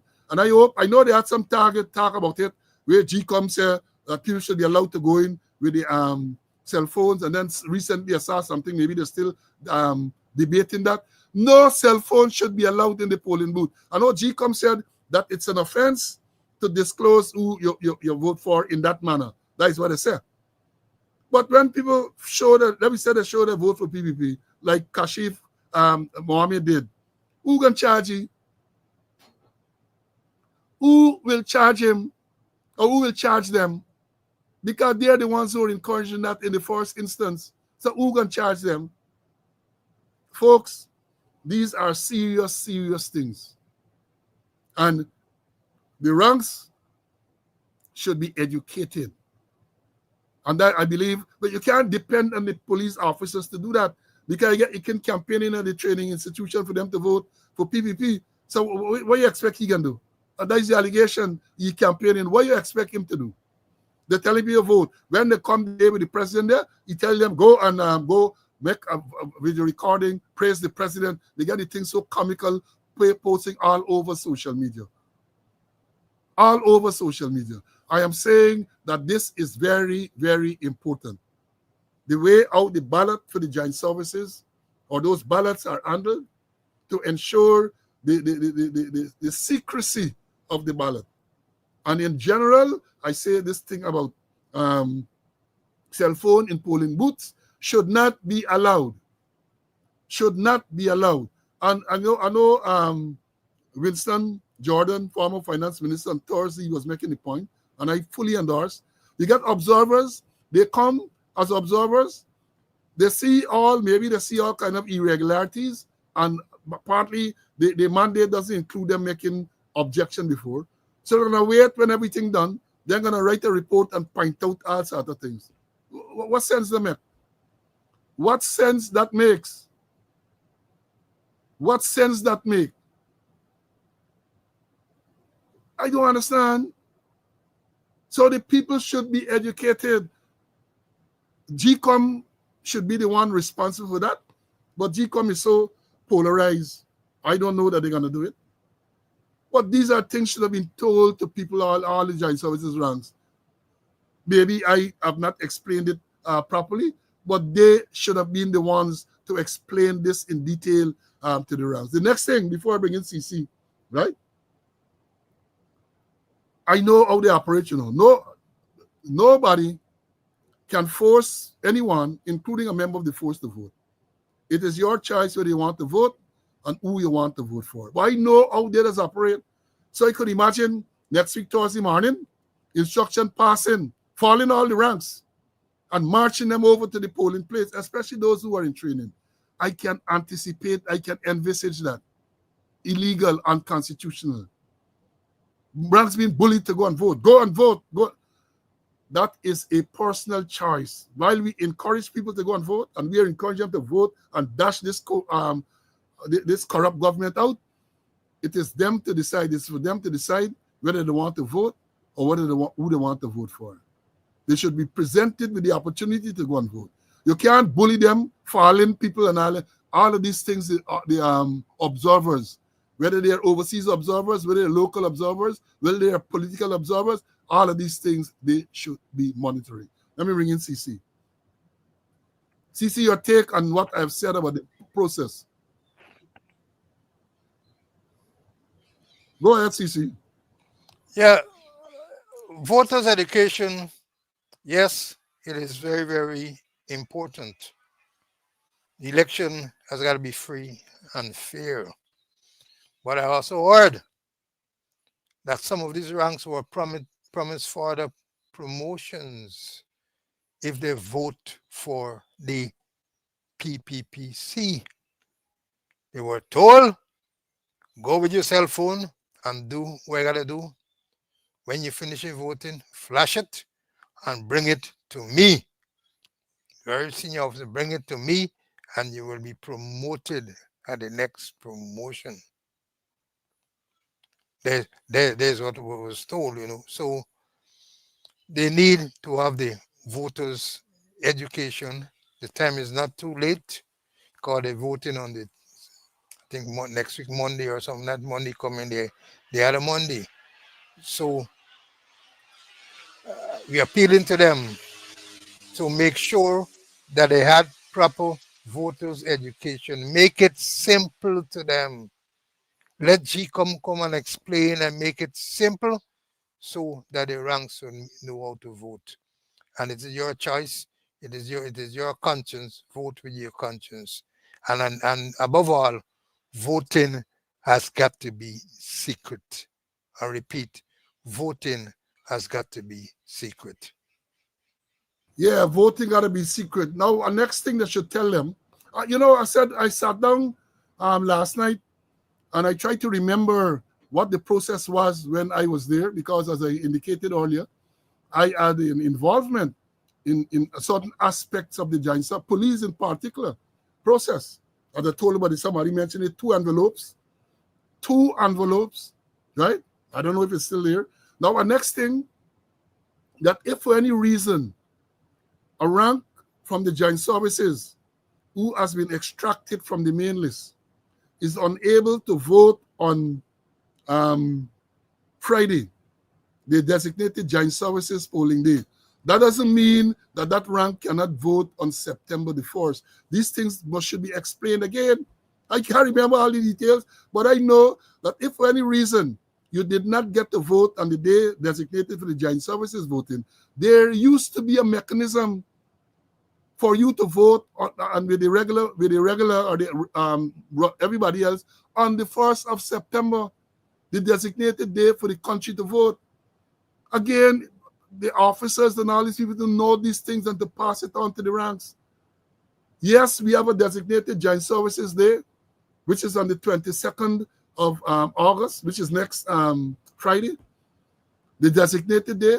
But there used to be in place a system to ensure that if for any reason a member of the joint service could not vote on the designated date for joint services voting, a mechanism was there for them to vote on the day that the nation voting. Again, I don't know. I would think that this GCOM's work to explain all of these things. All of these things should have been done a long time now. GCOM truncated the whole process and all of that. And so a lot of people don't know these things. And all they're doing when they do that is causing problems, suspicion and problems. Causing suspicion and problems because people don't know. You got to educate the people. You got all them billions and billions of dollars. You have to educate the people so that they know how the process works. They know, you have to remind them that all them flag with a part in all them cemetery. Matter of fact, let me play this one for y'all, man. Let me play this one for y'all because they said that people don't vote again. Because remember the last occasion, their people voted. And when they asked the chief immigration officer, I think the government then asked for the record of certain people, they were able to show that many persons who were out of the country at the time on election day voted. People vote for them. Remember the late Amna Ali, Barackle, that chap, Nosef, and Manripo, until he named Carlin. You remember that? He named Carlin. Dead man a vote. Every 5 years, when the breeze gets strange and the moon high behind cloud, let us rise again, not to haunt your house, but to haunt the ballot box.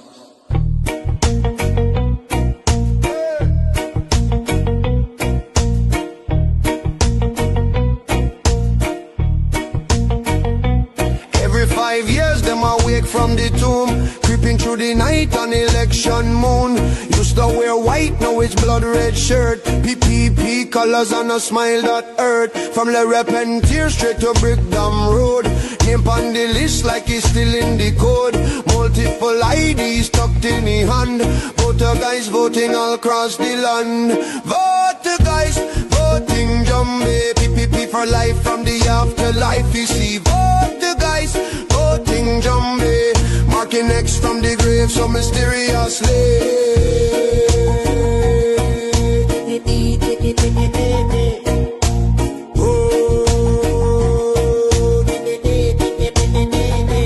In the afterlife, we deal in big contract.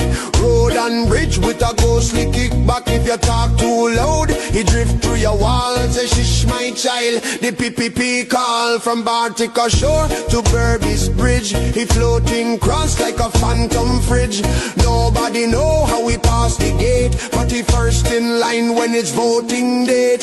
Voter guys, voting Jumbe. PPP for life from the afterlife. You see, voter guys, voting Jumbe. Marking X from the grave so mysteriously.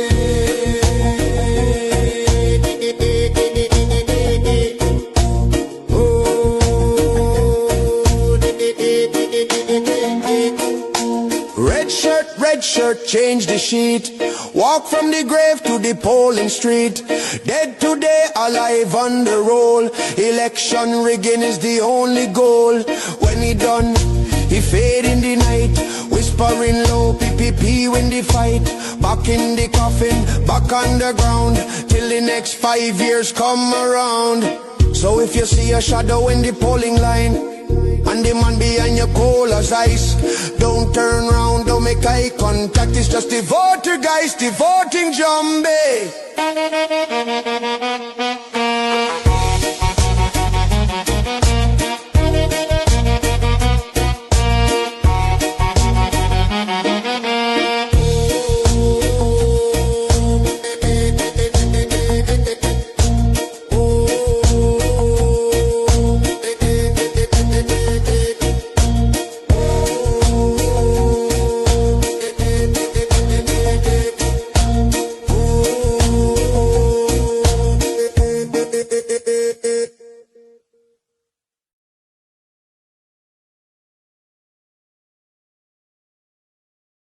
Voting zombie. Voting zombie. Yeah, in the last election when the record showed a lot of people who are not in the country, people who dead, all them to everything vote. And when the information was requested and the people from the immigration office provided the information, they went after them when they came into office. They went after them for them to be charged with people smuggling and all kind of thing. Since 2021, 24th of December, they manufactured lists for several people to be charged. And on today like today, that is how wicked they are. I want you to remember all of that, you know. All the members of the force who were put on that list by Robson and Brutus to be charged criminally for all sort of makeup thing related to the election. All kind of thing. I have the list, I have the names, and I want you all to remember, because as I've said before, yesterday was them, tomorrow is going to be you. You get an opportunity now to right those wrong and injustices.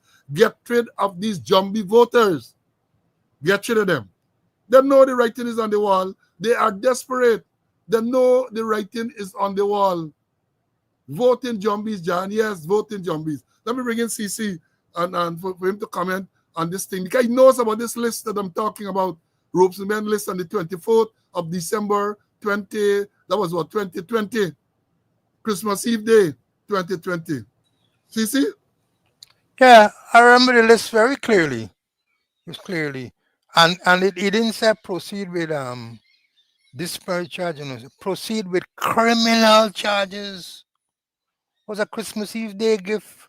Happy who was performing the duties of the commissioner had a Christmas Eve Day gift. Charged for proceed with criminal charges. I saw the WhatsApp. Proceed with criminal charges against the persons there. And up to now, not one appear from the court. But the objective was to get rid of them. There's no objective was to get rid of them and silence them, you know, as the case may be. But I hope people learn from the experience, and I hope that better judgment will prevail. Yeah, let me make this point. We don't have enough time to go into detail with this bombshell allegation of gold smuggling and corruption at the highest level of government, highest level. And what has happened?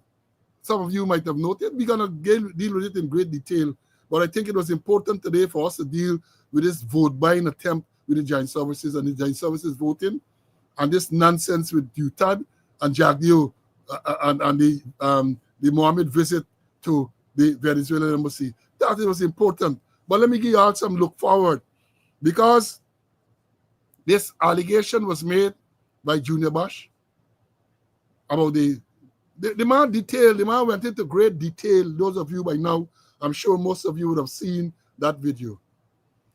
Outlined the gold smuggling arrangement designed to prop up Maduro. I can talk about it. Because the man said the generals who are associated with Maduro flying to Boa Vista in Brazil with the gold. From there, they would buy the gold, smuggle it into Guyana, melt it down. In other words, it can't be 99.9. The man give a confession, more or less, as to how this process goes on. Then in the next part, the man talk about the bribes, valve construction. The man said, you know, on this, we commented on this before. The man said that he was told by Val that the president's mother collect. He said he was told. And we made it point. We said, in fairness, there's evidence, there's hearsay. There's not evidence against the president's mother. And he came out and he did say that what he said about the president's mother is what Val told him. So we said, yeah, then you can't hold up in no court. But then we asked the question, if that is the case, what was he apologizing for? A tape made on the 25th of March, released on this 11th of August, and he claimed that in June, he apologized to the president. Understand this time frame? The tape made in March, on the 25th of March, he said, 2025. The tape became public. They said leaked public through Mel on the 11th of August, 2025. But in his letter, Junior Bosch said that he apologized to the president and his mother in June of 2025. So what's going on there? He apologized before this thing was made public. So therefore, well, of course, he made a statement, and so he must have gotten a copy. Why then would you apologize? And why, if it is, as you said that somebody else told you, clear hearsay, can't stand up no way. So why are you apologizing? I would think that anybody to apologize had to be the man who told you. And he got to come and, well, of course he came and he said it is not true and all of that. But you know what is a surprising thing? And I said we got to go back. We got to deal with this some more. Because this ain't going away, sir. Shortly thereafter, they have such a damning statement. Allegation of gold smuggling, linked perhaps to money laundering, and big bribe kickbacks. The man, he said it is false. Why is false? Nana, I'll tell you. Part of the thing the man claimed that he took Val Construction to court because he owed him $460 million. I saw the document. The document is there. That is true. So that is false. Everything is false. A man sat down with an interview and outlined how he is involved in this gold smuggling business. He said he set it up. And you want to say he false? He lying for himself? He lying for himself? And then Jack Doe yesterday said, oh, it's just a rumor. Just like, I guess Sugate was a rumor too. It's just a rumor. So therefore, as it was a rumor, there's no need to follow up. The man named names. The man called a minister of natural resources name. Say how he involved in this corruption thing. The man called other names. Some chap named Parag said related to the minister. All of these names were called. Who is Dr. Bob? The man called Prem Narayan. And just to say, oh, it is rumor. What rumor? How can that be rumor? When details are given, the man talk about flights from Letem to Ogle. Call the names of persons who were on the flight smuggling gold from Letem to Georgetown. The man call name. So why you ain't going to investigate? At least to find out. The man call the airline on which they travel.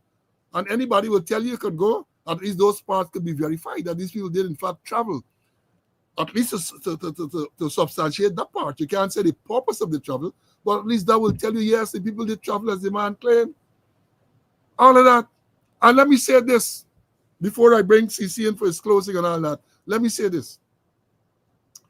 I was informed, reliably so, that during the coalition administration, they had put in place a system to carefully monitor gold that had to be shipped out, carefully monitored. Several agencies were involved in that process, including the police, the Guyana Revenue Authority, the KANU, SOKU, a set of agencies, Gold Board, they were involved to make sure that what was put there was in fact what was declared and all that. It is alleged that when the PPP came back into office in 2020, shortly thereafter, they dismantled that process. They want the type of scrutiny that was put in place by the previous administration. They dismantled it. I want to come out and debunk that. Because the people who are alleged to be the gold smugglers, the big ones, were in bed with them. All the names that were calling, they accuse the Mohammeds. There is what Bati and Po. People are accusing, and again, allegation, Jagmohan, Bati and Po. The same guy who made the thing, Junior Bash, Bati and Po. I hope you all understand what I mean. We talk about the closeness of relationship, the but and the, so y'all know what is Po, or Posey. Let me hear the older people, you know what is Po. Some of them people, Mary, you know what is Po? Yeah, that's it. You know what is Po, we say Bati and Po, you know what we mean? They are very, very close, inseparable, right? Inseparable. And the information is they dismantled that system because it allows for too much scrutiny. That is what was said. So what are they going to tell people? Imagine that, you know what, I ain't finished with this. Because imagine such a damning allegation. And all the Jagdeo dismisses the claim as a rumor. And Irfan Ali said, oh, it's false. Right? And therefore, the matter done there. I got something I want to read for y'all. You're going to read this here, then I'm going to bring in CC. This is today, August the 15th. August the 15th. Hear what it says. The U.S. to dispatch additional military resources to fight drug trafficking in the region.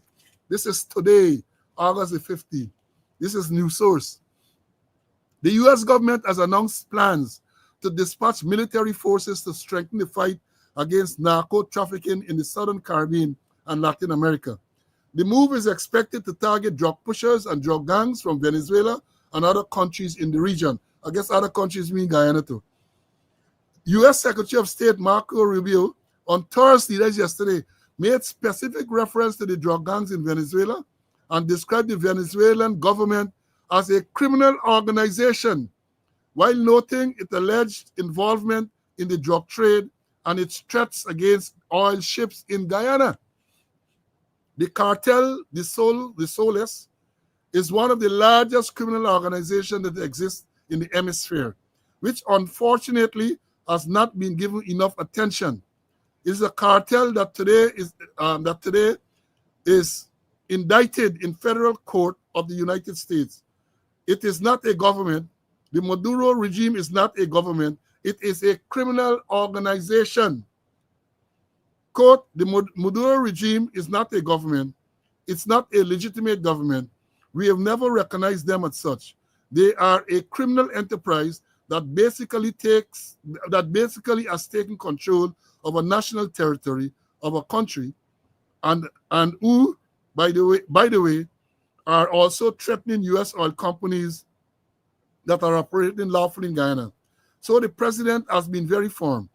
Anything that's a threat to the national security, threat to the United States, he's going to confront. End the quote. That is what Rubio said. Guyana has been working closely with the United States in the area of drug fight. The U.S. has also been looking at links between the drug pushers in Guyana and the cartels in Venezuela. Just recently, 3 Guyanese nationals, including a senior police officer, was sanctioned by the U.S. government over drug trafficking claims. While the U.S. has provided information on the drug rings and named 3 Guyanese involved, there has been no arrest or charges locally following these sanctions. But let me tell you all the implication here. That's yesterday, the U.S. dispatched additional assets, right? Could this be as a result or linked to this damning statement by Bush about drug smuggling? And the man was specific. Generals in Venezuela linked to Maduro, he claimed, would go to Boa Vista, Brazil. They brought the gold there, from where it is bought on behalf of, that is the allegation, of Jagmohan, smuggled into Guyana. So in essence, what they were doing, or what they are doing, or what they are alleged to be doing, is providing resources to this illegal regime.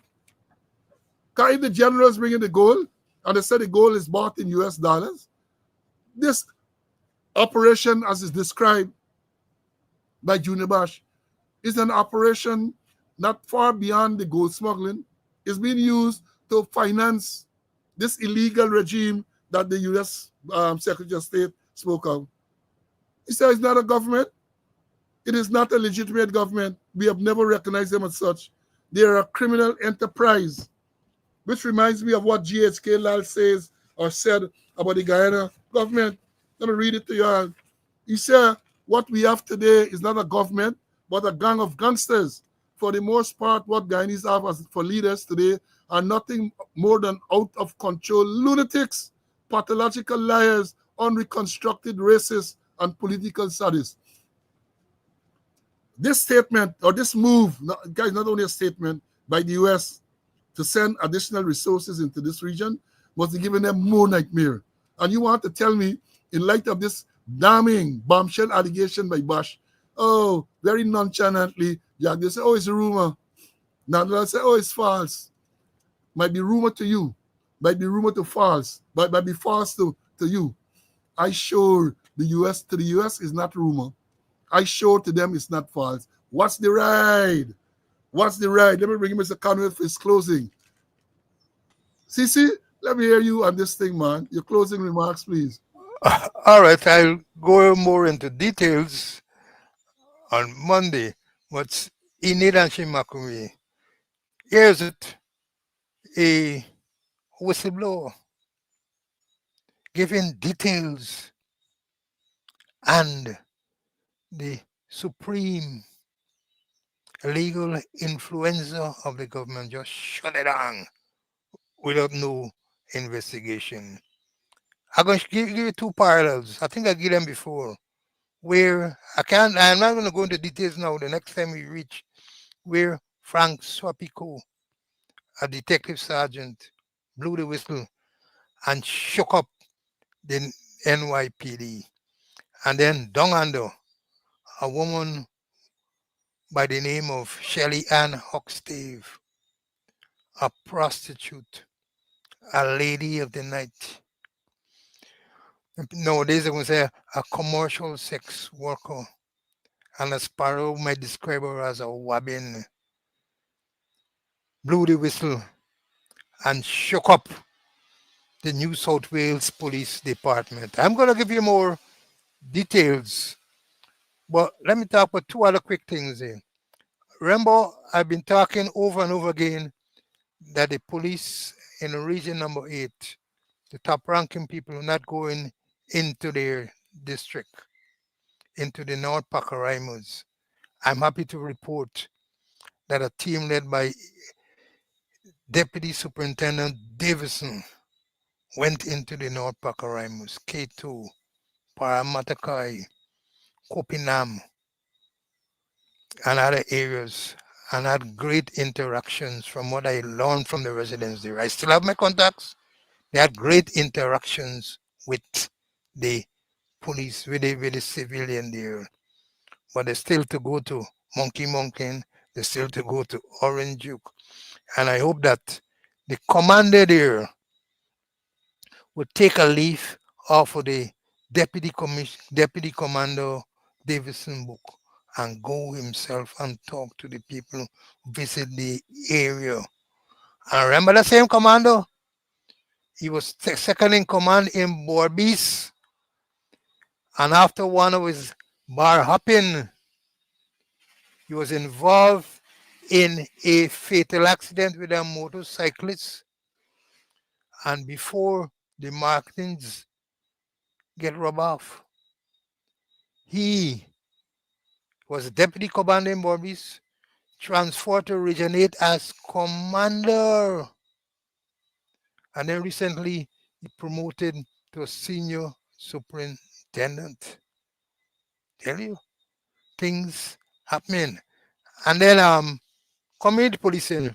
Remember you played the recordings, Paul, where coming from somebody who called himself the coordinator of community policing in Ministry of Affairs, encouraging members of the community policing group to turn up and be made prison officers. All they got to do is walk, or not, they can't walk is the wrong word, that they take along their ID card and they'll be trained 3 days and became prison officers.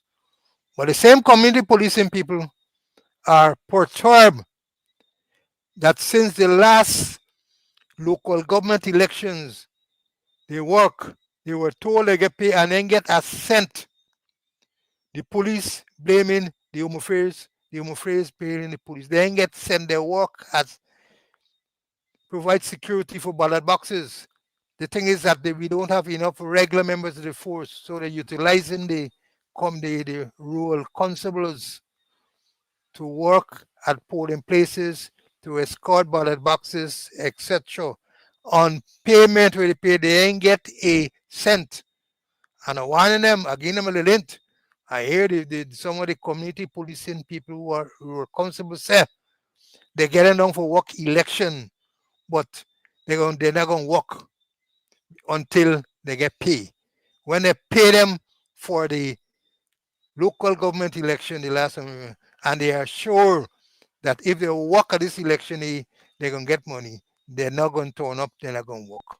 So look out, police. Look out, pay the people if you want them to work. And also, still on the community policing, I understand under the very nose of the Minister of Home Affairs, the funds, the millions and millions and millions that has been allocated for the operations of the community policing groups. It is being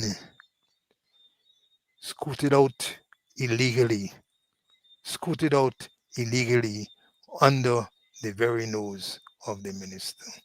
That's all I want to say this afternoon. Thank you very much. Thank you. Enjoy your weekend.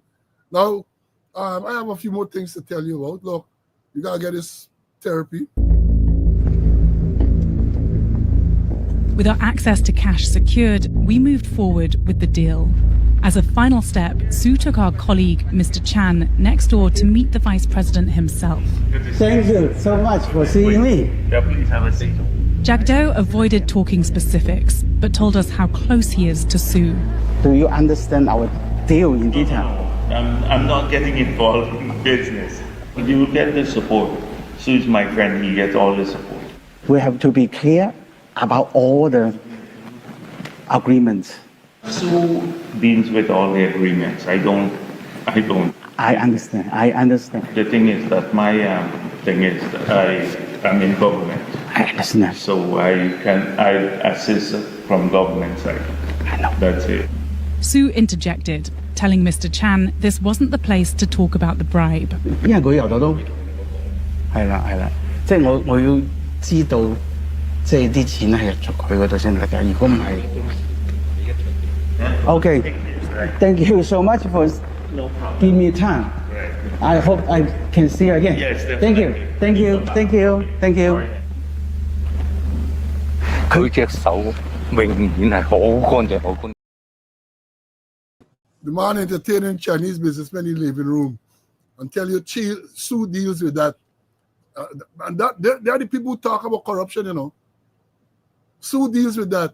And let me show you all the other part, the last part of the Sit there and fabricate that. Unless you say who the person is, I can't comment on anonymous people. Okay, well, let's talk about specific individuals. What is your relationship with Mr. Su Zhurong? Sue. Oh, Sue. My relationship? Nothing. He's a tenant in my place, yeah. And he's a good friend of yours? Yes, he is a friend of ours. He claims Note the statement that he's a friend of ours. In the first tape that I played, he's a friend of mine. That is why he's a friend of mine.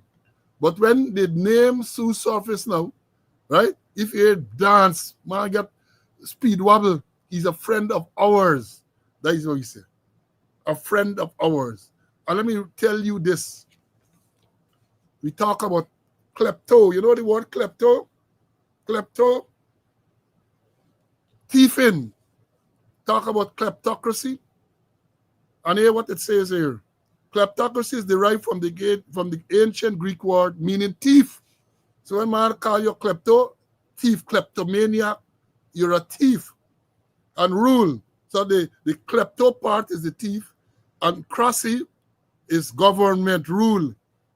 It refers to a form of government where leaders rule, where leaders use their political power to enrich themselves at the expense of the public.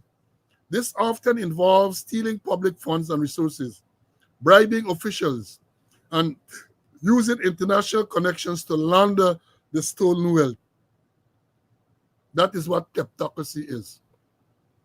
And you tell me, can I go on to say the definition? Kleptocracy is a type of political corruption where rulers prioritize personal gain over the need of the population.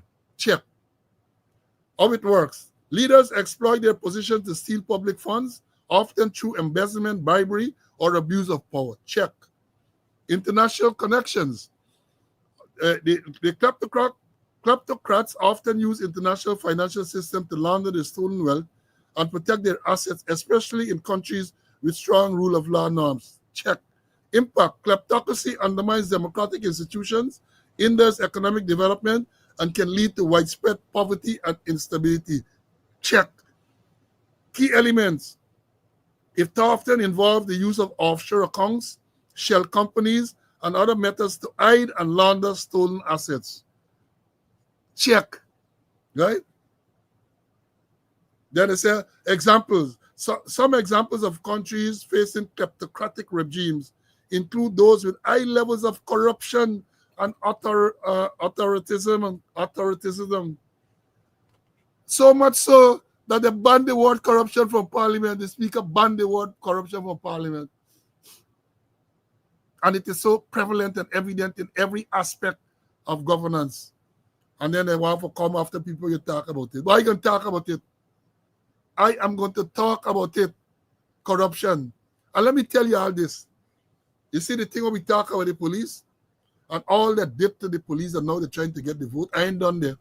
Because in this cabinet paper where they talk about criteria for promotion, they talk about academic qualifications, they talk about training, they talk about all kind of things. When we come again, that's Spirit Life Dagami, today is Monday at 11 o'clock. We're going to go into more of it. So y'all tune in, listening. We're going to go into more. So they're not going to come and give you this Salawala and Udwinki all the time around. There ain't nobody welfare. They're building a whole set of station on the open station here, open station here, open station there. Like if station alone can do the work. They're not treating the ranks with any type of dignity. They're still getting nothing, next to nothing. Look to see what are the allowances of people in the interior who have to leave the family and go to all. Look to see what it is. They got station where they got proper bed and all them things for policemen to sleep and rest. All them type of thing. They got places where they put in people to guard. Vacant houses belonging to ministers. They don't live there, but police got to guard it. One place in Kingston, no ablution facilities for when the police taking shot, and you got to go stand up and guard there. They got a little box thing outside, they got to stand up inside. When rain come down, like today, rain falling a lot, they got to struggle in there. If you're taking, you want a little pee, if it's man, well, perhaps you're going to go across the road by Cowan Street Canal and pee in the night. In the day, they got to go to a nearby taxi service and beg to use the washroom. Or walk all the way back to traffic headquarters, which is where they find the nearest ablution facility, toilet facility. That is what is going on. And I want you, Ranks, open your eyes. Open your eyes and realize that these people have no respect and no love for you. So let them come now, 1 month before election, and they're coming and they might get a vision and how much 1,000 promotion. Yeah, take a promotion. It equates to a little bit money more, I think. Because all the nonsense where they talk about, but going to the highest band and don't let them fool you. They got no band. They got no, they got a band, but there's no tier within that band. So it's fooling you. Don't take fooling. Come to speaking out, and we're gonna explain all of these things to you. Folks, we have had a long afternoon. Again, I want to wish that you have a pleasant, relaxing, rewarding weekend. And I got to implore you to be safe. To be safe every day in that place is some issue. Every day, road accident, mass shooting, this Sutuki shooting, this body stabbing, all that going on. There's a little garden with bitter weed. That's what Guyana is. corruption and corruption. And you see the statement that you read about the U.S. government sending additional resources to tackle narco trafficking. Watch out! Watch out! Talk to Pillory Joe. Jumpsuits, orange jumpsuits, likely to be in the offering. Orange jumpsuits, likely. Once you see they deploy additional resources, I suspect man lock up, they not come out. They lock up there, they're not coming out, they're not coming out. They're gonna lock up there all the time. Folks, again, stay safe. God spare life. We're gonna meet again Monday morning at 11 o'clock. Until then, be well. Bye.